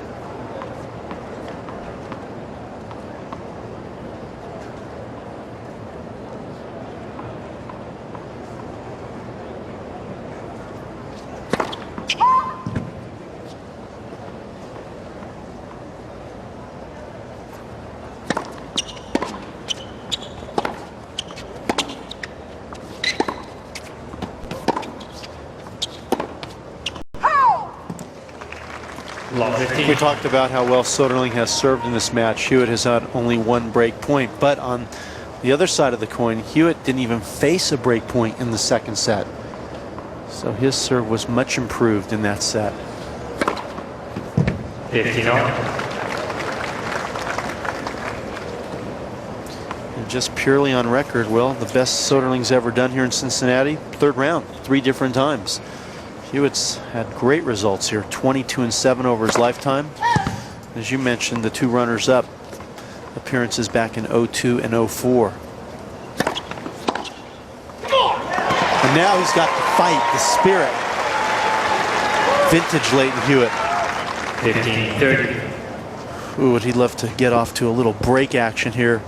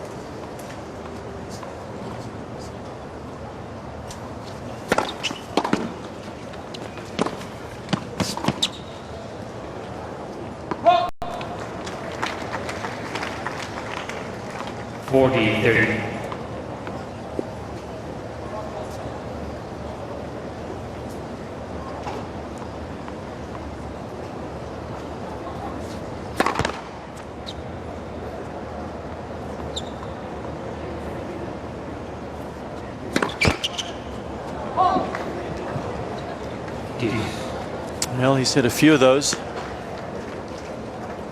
6 of them in total. Rusty's only hit 1.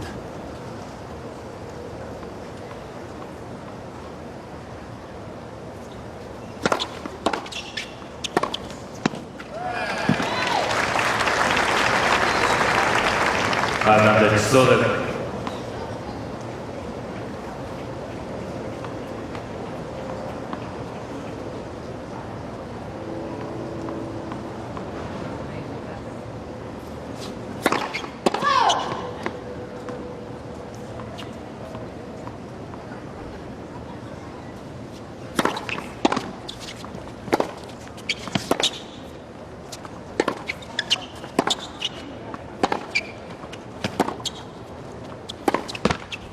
Yeah, he's still getting errors from the Soderling forehand. Hewitt really trying to pick on that side. And surprisingly, when the ball's in the middle of the court, Soderling's electing to run around the backhand. I'm sure Magnus Norman's questioning that philosophy. Why would you be doing something if you keep missing it?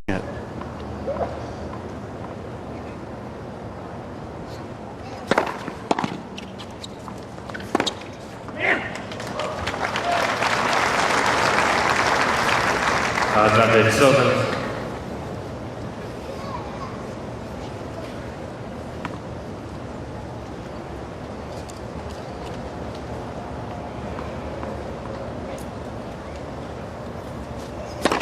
Yes, first up.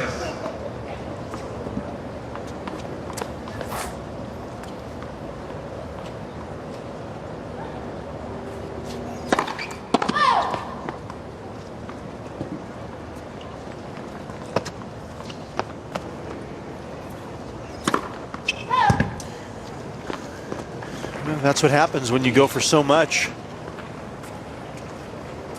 Yeah, live by the sword. Also have to be prepared to die by it. 2 double faults already. Way too many.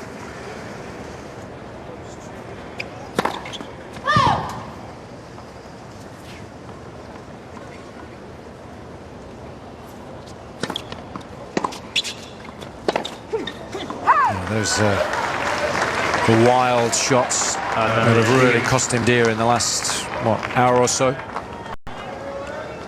He really pulled off that forehand. He just tried to muscle the ball. No fluidity. Break points.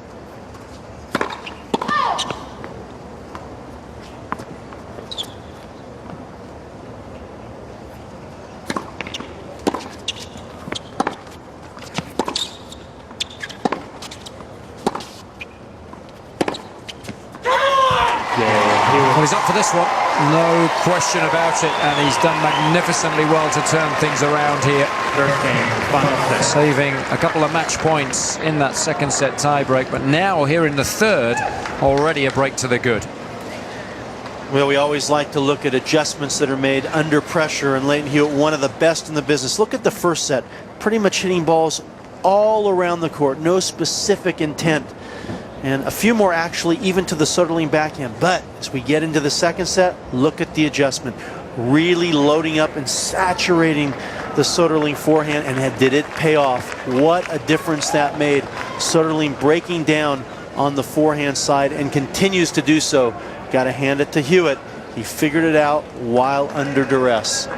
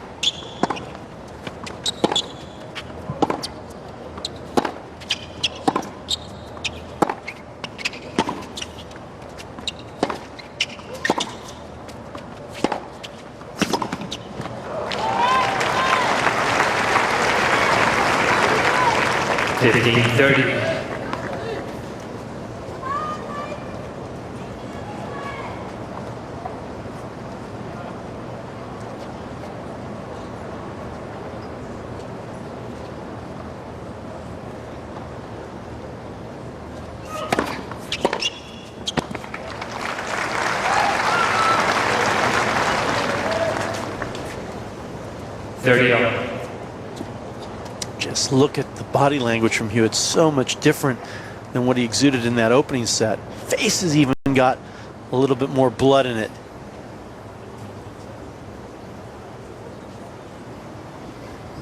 into this match. 40-30. And he has served some critical aces. Yeah, not least on the first match point in that second set tiebreak.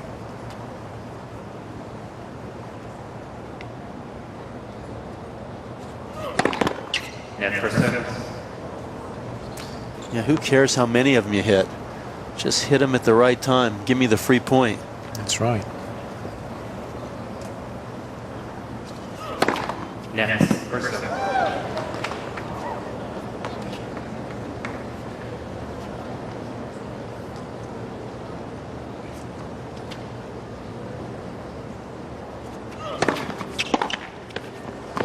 Yeah, Hewitt.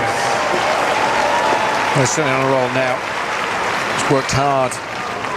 Try and build up a little bit of momentum. Hewitt leads 2-0. And it's now well and truly working in his favour. Must-win game surely then for Soderling.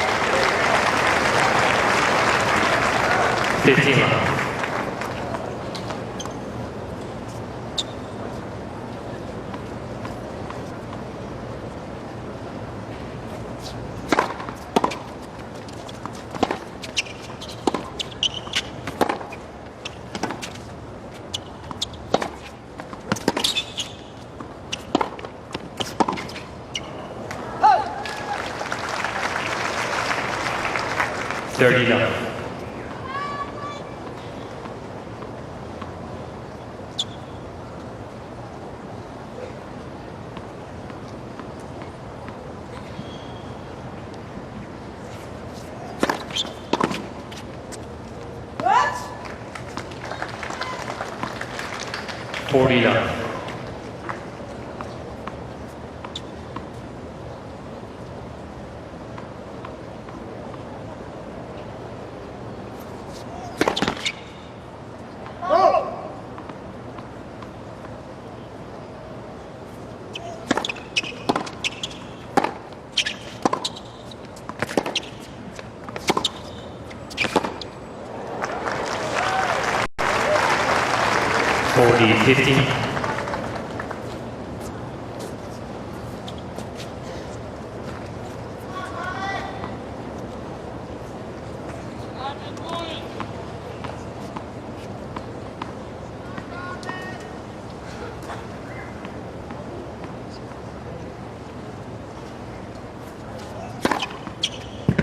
Yeah, Soderling. You both please. He was going to try and find a way of making something magical happen now. Initially, it's all about holding serve, but it's Hewitt who leads 2-1, third set.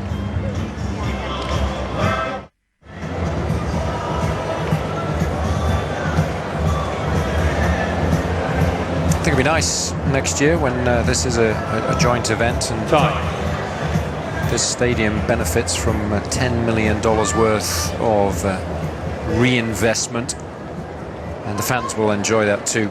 The facilities will be absolutely outstanding. Players obviously looking forward to that as well. So much to look forward to here in Mason, Ohio. About 30 minutes from downtown Cincinnati. Hewitt with a break in the early stages of this third set. 2-1.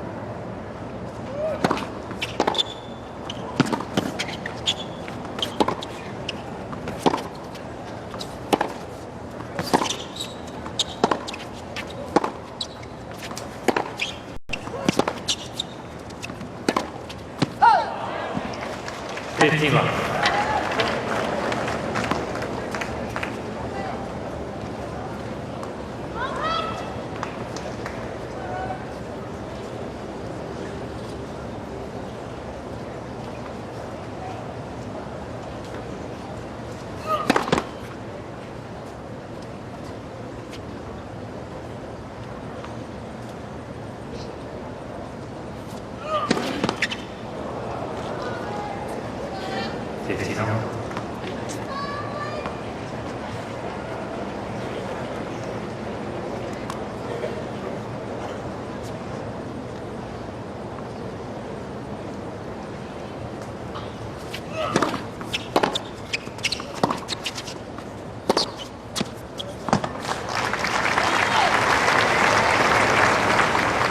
Fifteen 30.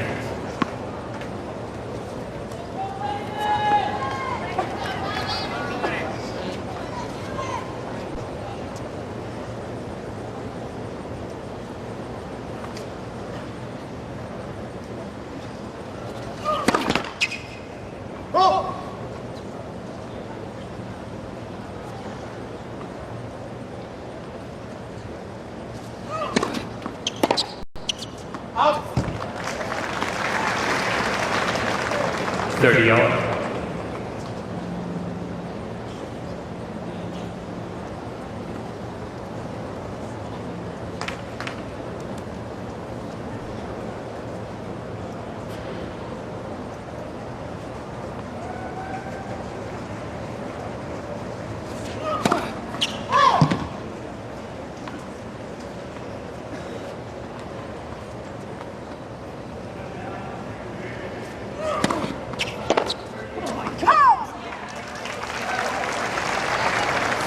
A little wasteful.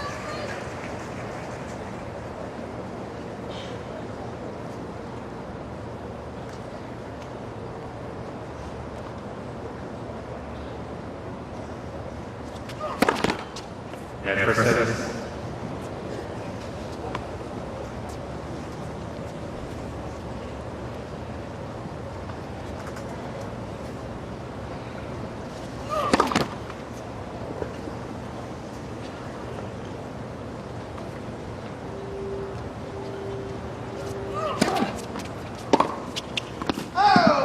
Yeah, Hewitt.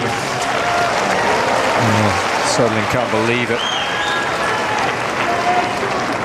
Wheels have started to come off. Perhaps that might be a direct result of the fact that he wasn't able to play last week. Players do like to get into the habit of playing matches each week when they get to an important stage of the season like this one.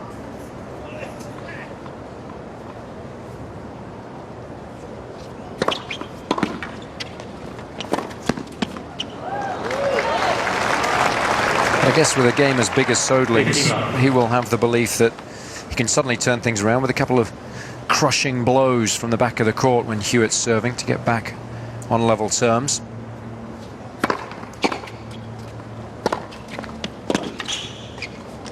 Of course, in the meantime, he's got to try and reduce the arrears here first.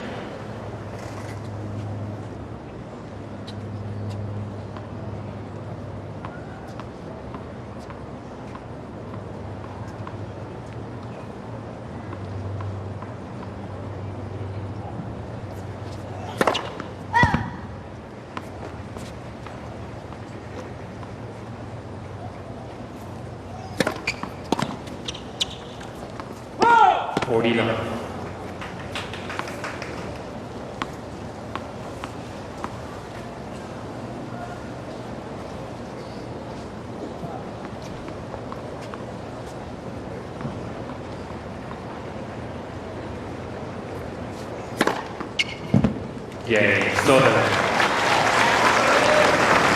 Hewitt leads 3 games to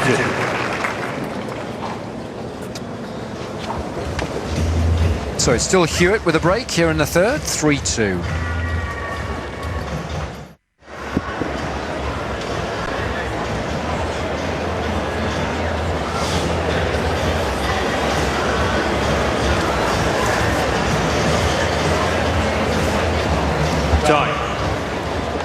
He's never been one of the most flexible players, Soderling. When asked to change his game plan a little bit or to fall back upon plan B, he's never really been able to do so. In the course of late, he's been playing better, so he hasn't had to do that as often as perhaps he would have done before doing so well at the French Open. But I think today, Doug, is a good example of him needing to do something just a little different now in this third set to try and get the right result. And I think it starts with giving himself a little bit more space on that forehand. Just not enough margin for error.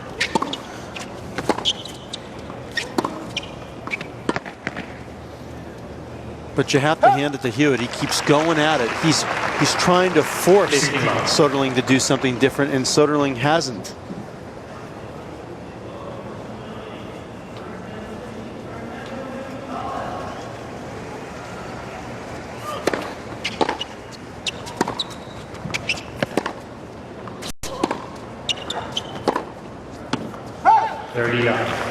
For me, one of the key problems for Soderling that Hewitt's been able to figure out is the fact that Soderling moves a lot better to the backhand, a lot more balanced, a lot more in control.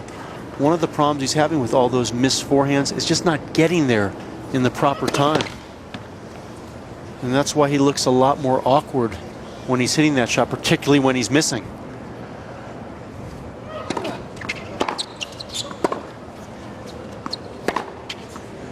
See, that one he was in position.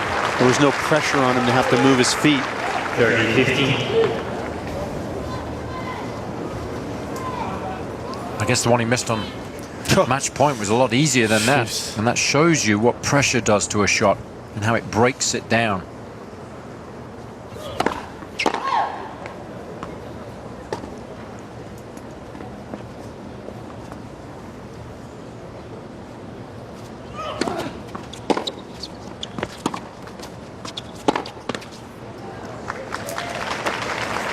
And if Soderling starts missing backhands, he's in a world of hurt. Yeah, problem is with the way he plays, when he does miss, he misses a lot of shots in rapid succession, so he loses quickly. Yeah, Hewitt. So he doesn't have as much time as other players would have to fight their way back into the set. Hewitt leads 4 games to 2. Only been on court for 27 minutes here in the third, and Hewitt's just a couple of games away from securing victory. Or you could say stealing the victory, because he was really being outclassed in this match early on, but in old Hewitt fashion, didn't let it bother him, wasn't phased.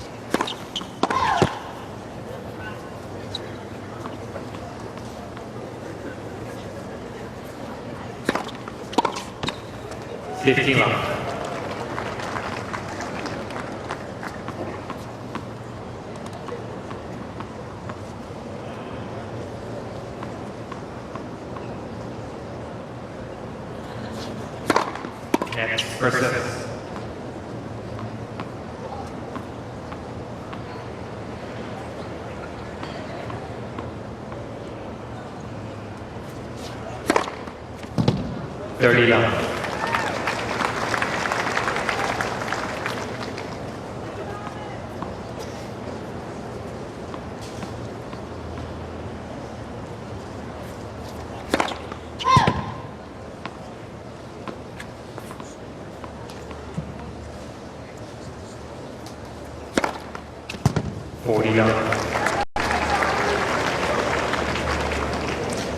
You know, that hasn't been the problem.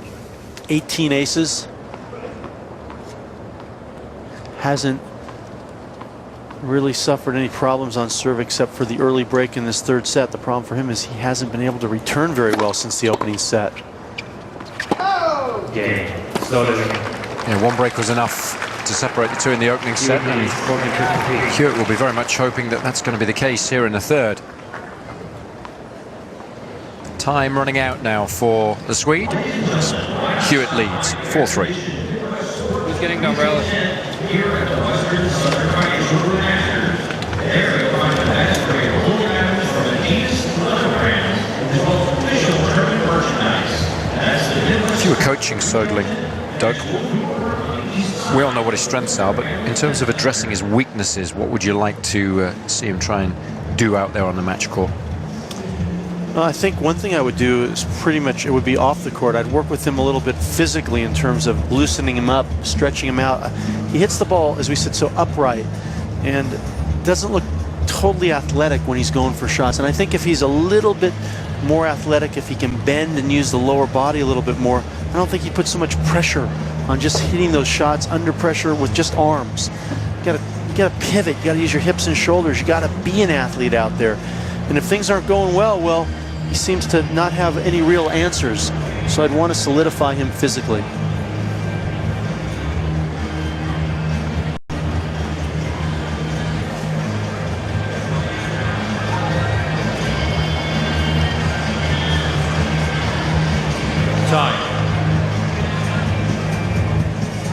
So nice that we haven't been interrupted by those thunderstorms that were forecast for early afternoon. Had a lot of heavy rain this morning. A few showers yesterday throughout the course of the day, and a lot of rain forecast between now and Friday.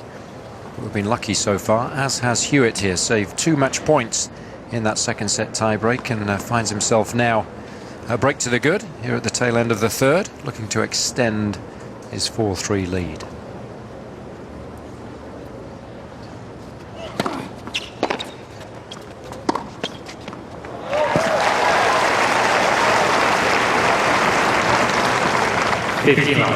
Well, we've seen Hewitt make the necessary adjustments to turn this match around. We have not seen Soderling make any adjustments whatsoever since winning the first set and struggling with his return.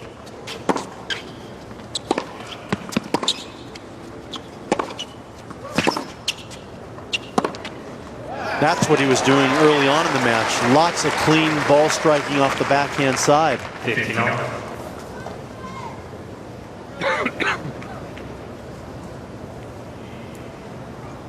Really plants his feet well on that backhand. Turns the hips and the shoulders. Very good balance. Not the same on the forehand, and Hewitt has figured it out just in the nick of time. Look at that.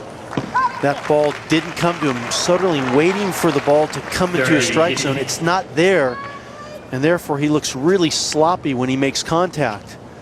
Almost whiffing that one. 55 unforced errors now, 30 of them from the forehand. 40-15. And just stick the dagger in a little further if you're Hewitt. You get the distinct impression that he likes doing that, don't you?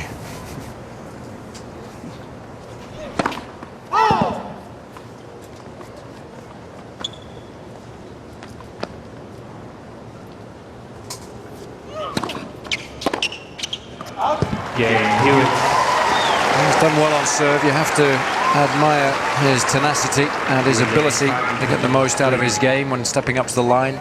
He's only serving 52% first serves throughout the course of the match, but 59% here in the third, and that's impressive. If you can serve better when it really matters, you're always going to be with a shout. Look at how well he's done since the opening set. For the match, he's only lost 10 points when he's made his first serve. Close to 80%. And crucially, almost winning 60% of second serves.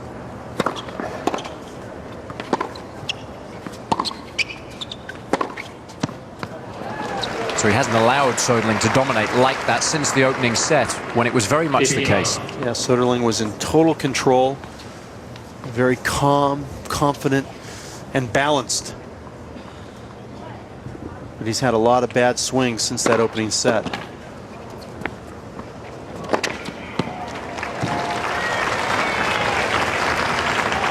Do you think there was any hangover in this third set for Soderling, given that he had match point in the second set tiebreak? Absolutely. I don't think he showed what great players show, and that's selective memory, forgetting what happened, moving into the present. I think he was still playing in the past, and he broke his first service game.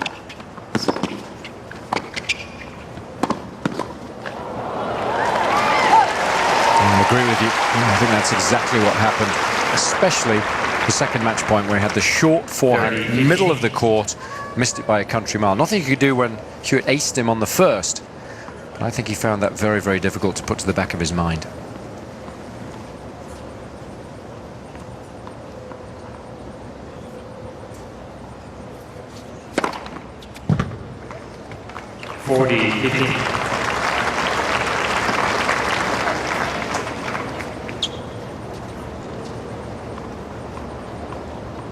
Seven aces in this set, now 19 in all. He would take 0 to be serving for the match, like Hewitt probably is going to be doing. 40-30. little bit of a misjudgment there.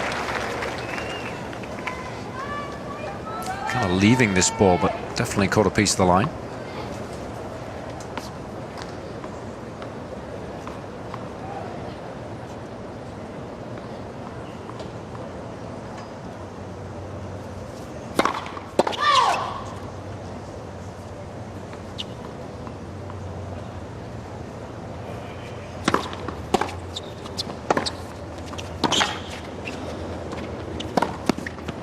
Nicely done. Yeah. So at least giving himself a chance.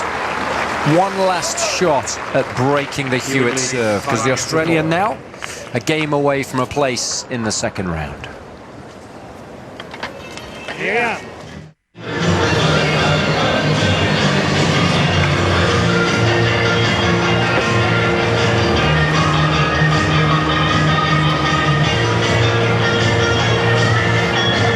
Match, really, I think. If you're a Hewitt fan, you'll have seen him do this down the years time and time again, where he seems to really enjoy the challenge of being the underdog in certain situations within the match and then coming through those crisis situations with flying colours. Yeah, he believes in himself regardless of what the score is. And we saw him do something similarly last week against Juan Carlos Ferrero. He was getting blown off the court and almost found a way to turn that match around as well as Ferrero was playing. And today it's worked for him. He's stayed in there, he's persevered, he's found a way to get himself in a position to win the match. Which is exactly where he finds himself now, a game away from victory.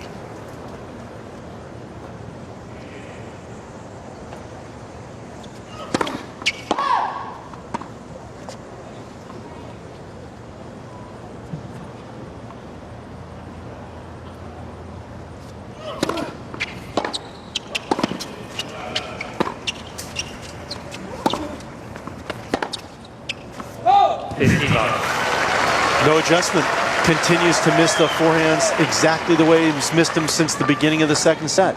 And when we talked at the beginning of the match about Soderling perhaps being able to beat the best players in the world but not being regularly ranked inside the top 8, there's a very good reason why.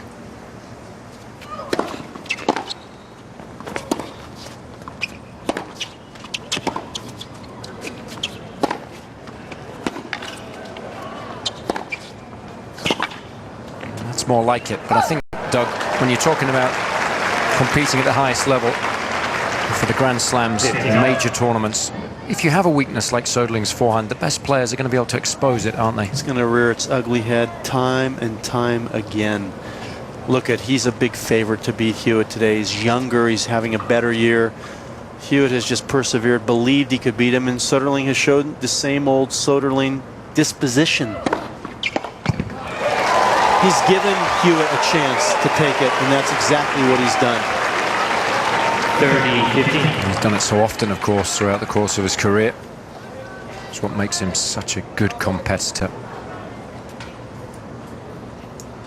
2 points away.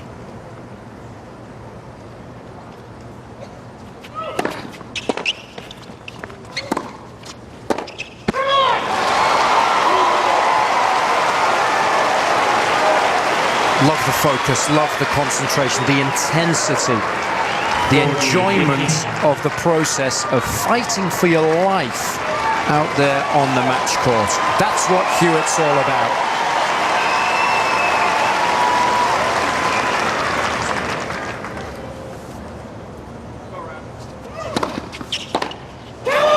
Yeah, set up at Hewitt. 2 sets to 1. 3-6, 7-6, 6-4. Brilliantly done. Soderling will be disappointed, but Hewitt will suggest that he broke the Swedes' game down. He hung tough when it really mattered in that second set tiebreak, saved 2 match points along the way. Broke in the first game of the third set, and that was enough to get the job done. He's very popular in these parts. The 2-time former finalist is through to the second round in 3 sets. 6-4 in the third over Sweden's Robin Soderling. Gotta love it. Guy gives you all he's got, outmanned, outclassed, but you can't outcompete him. And you mentioned all those intangibles that he possesses. How about the fire, the spark?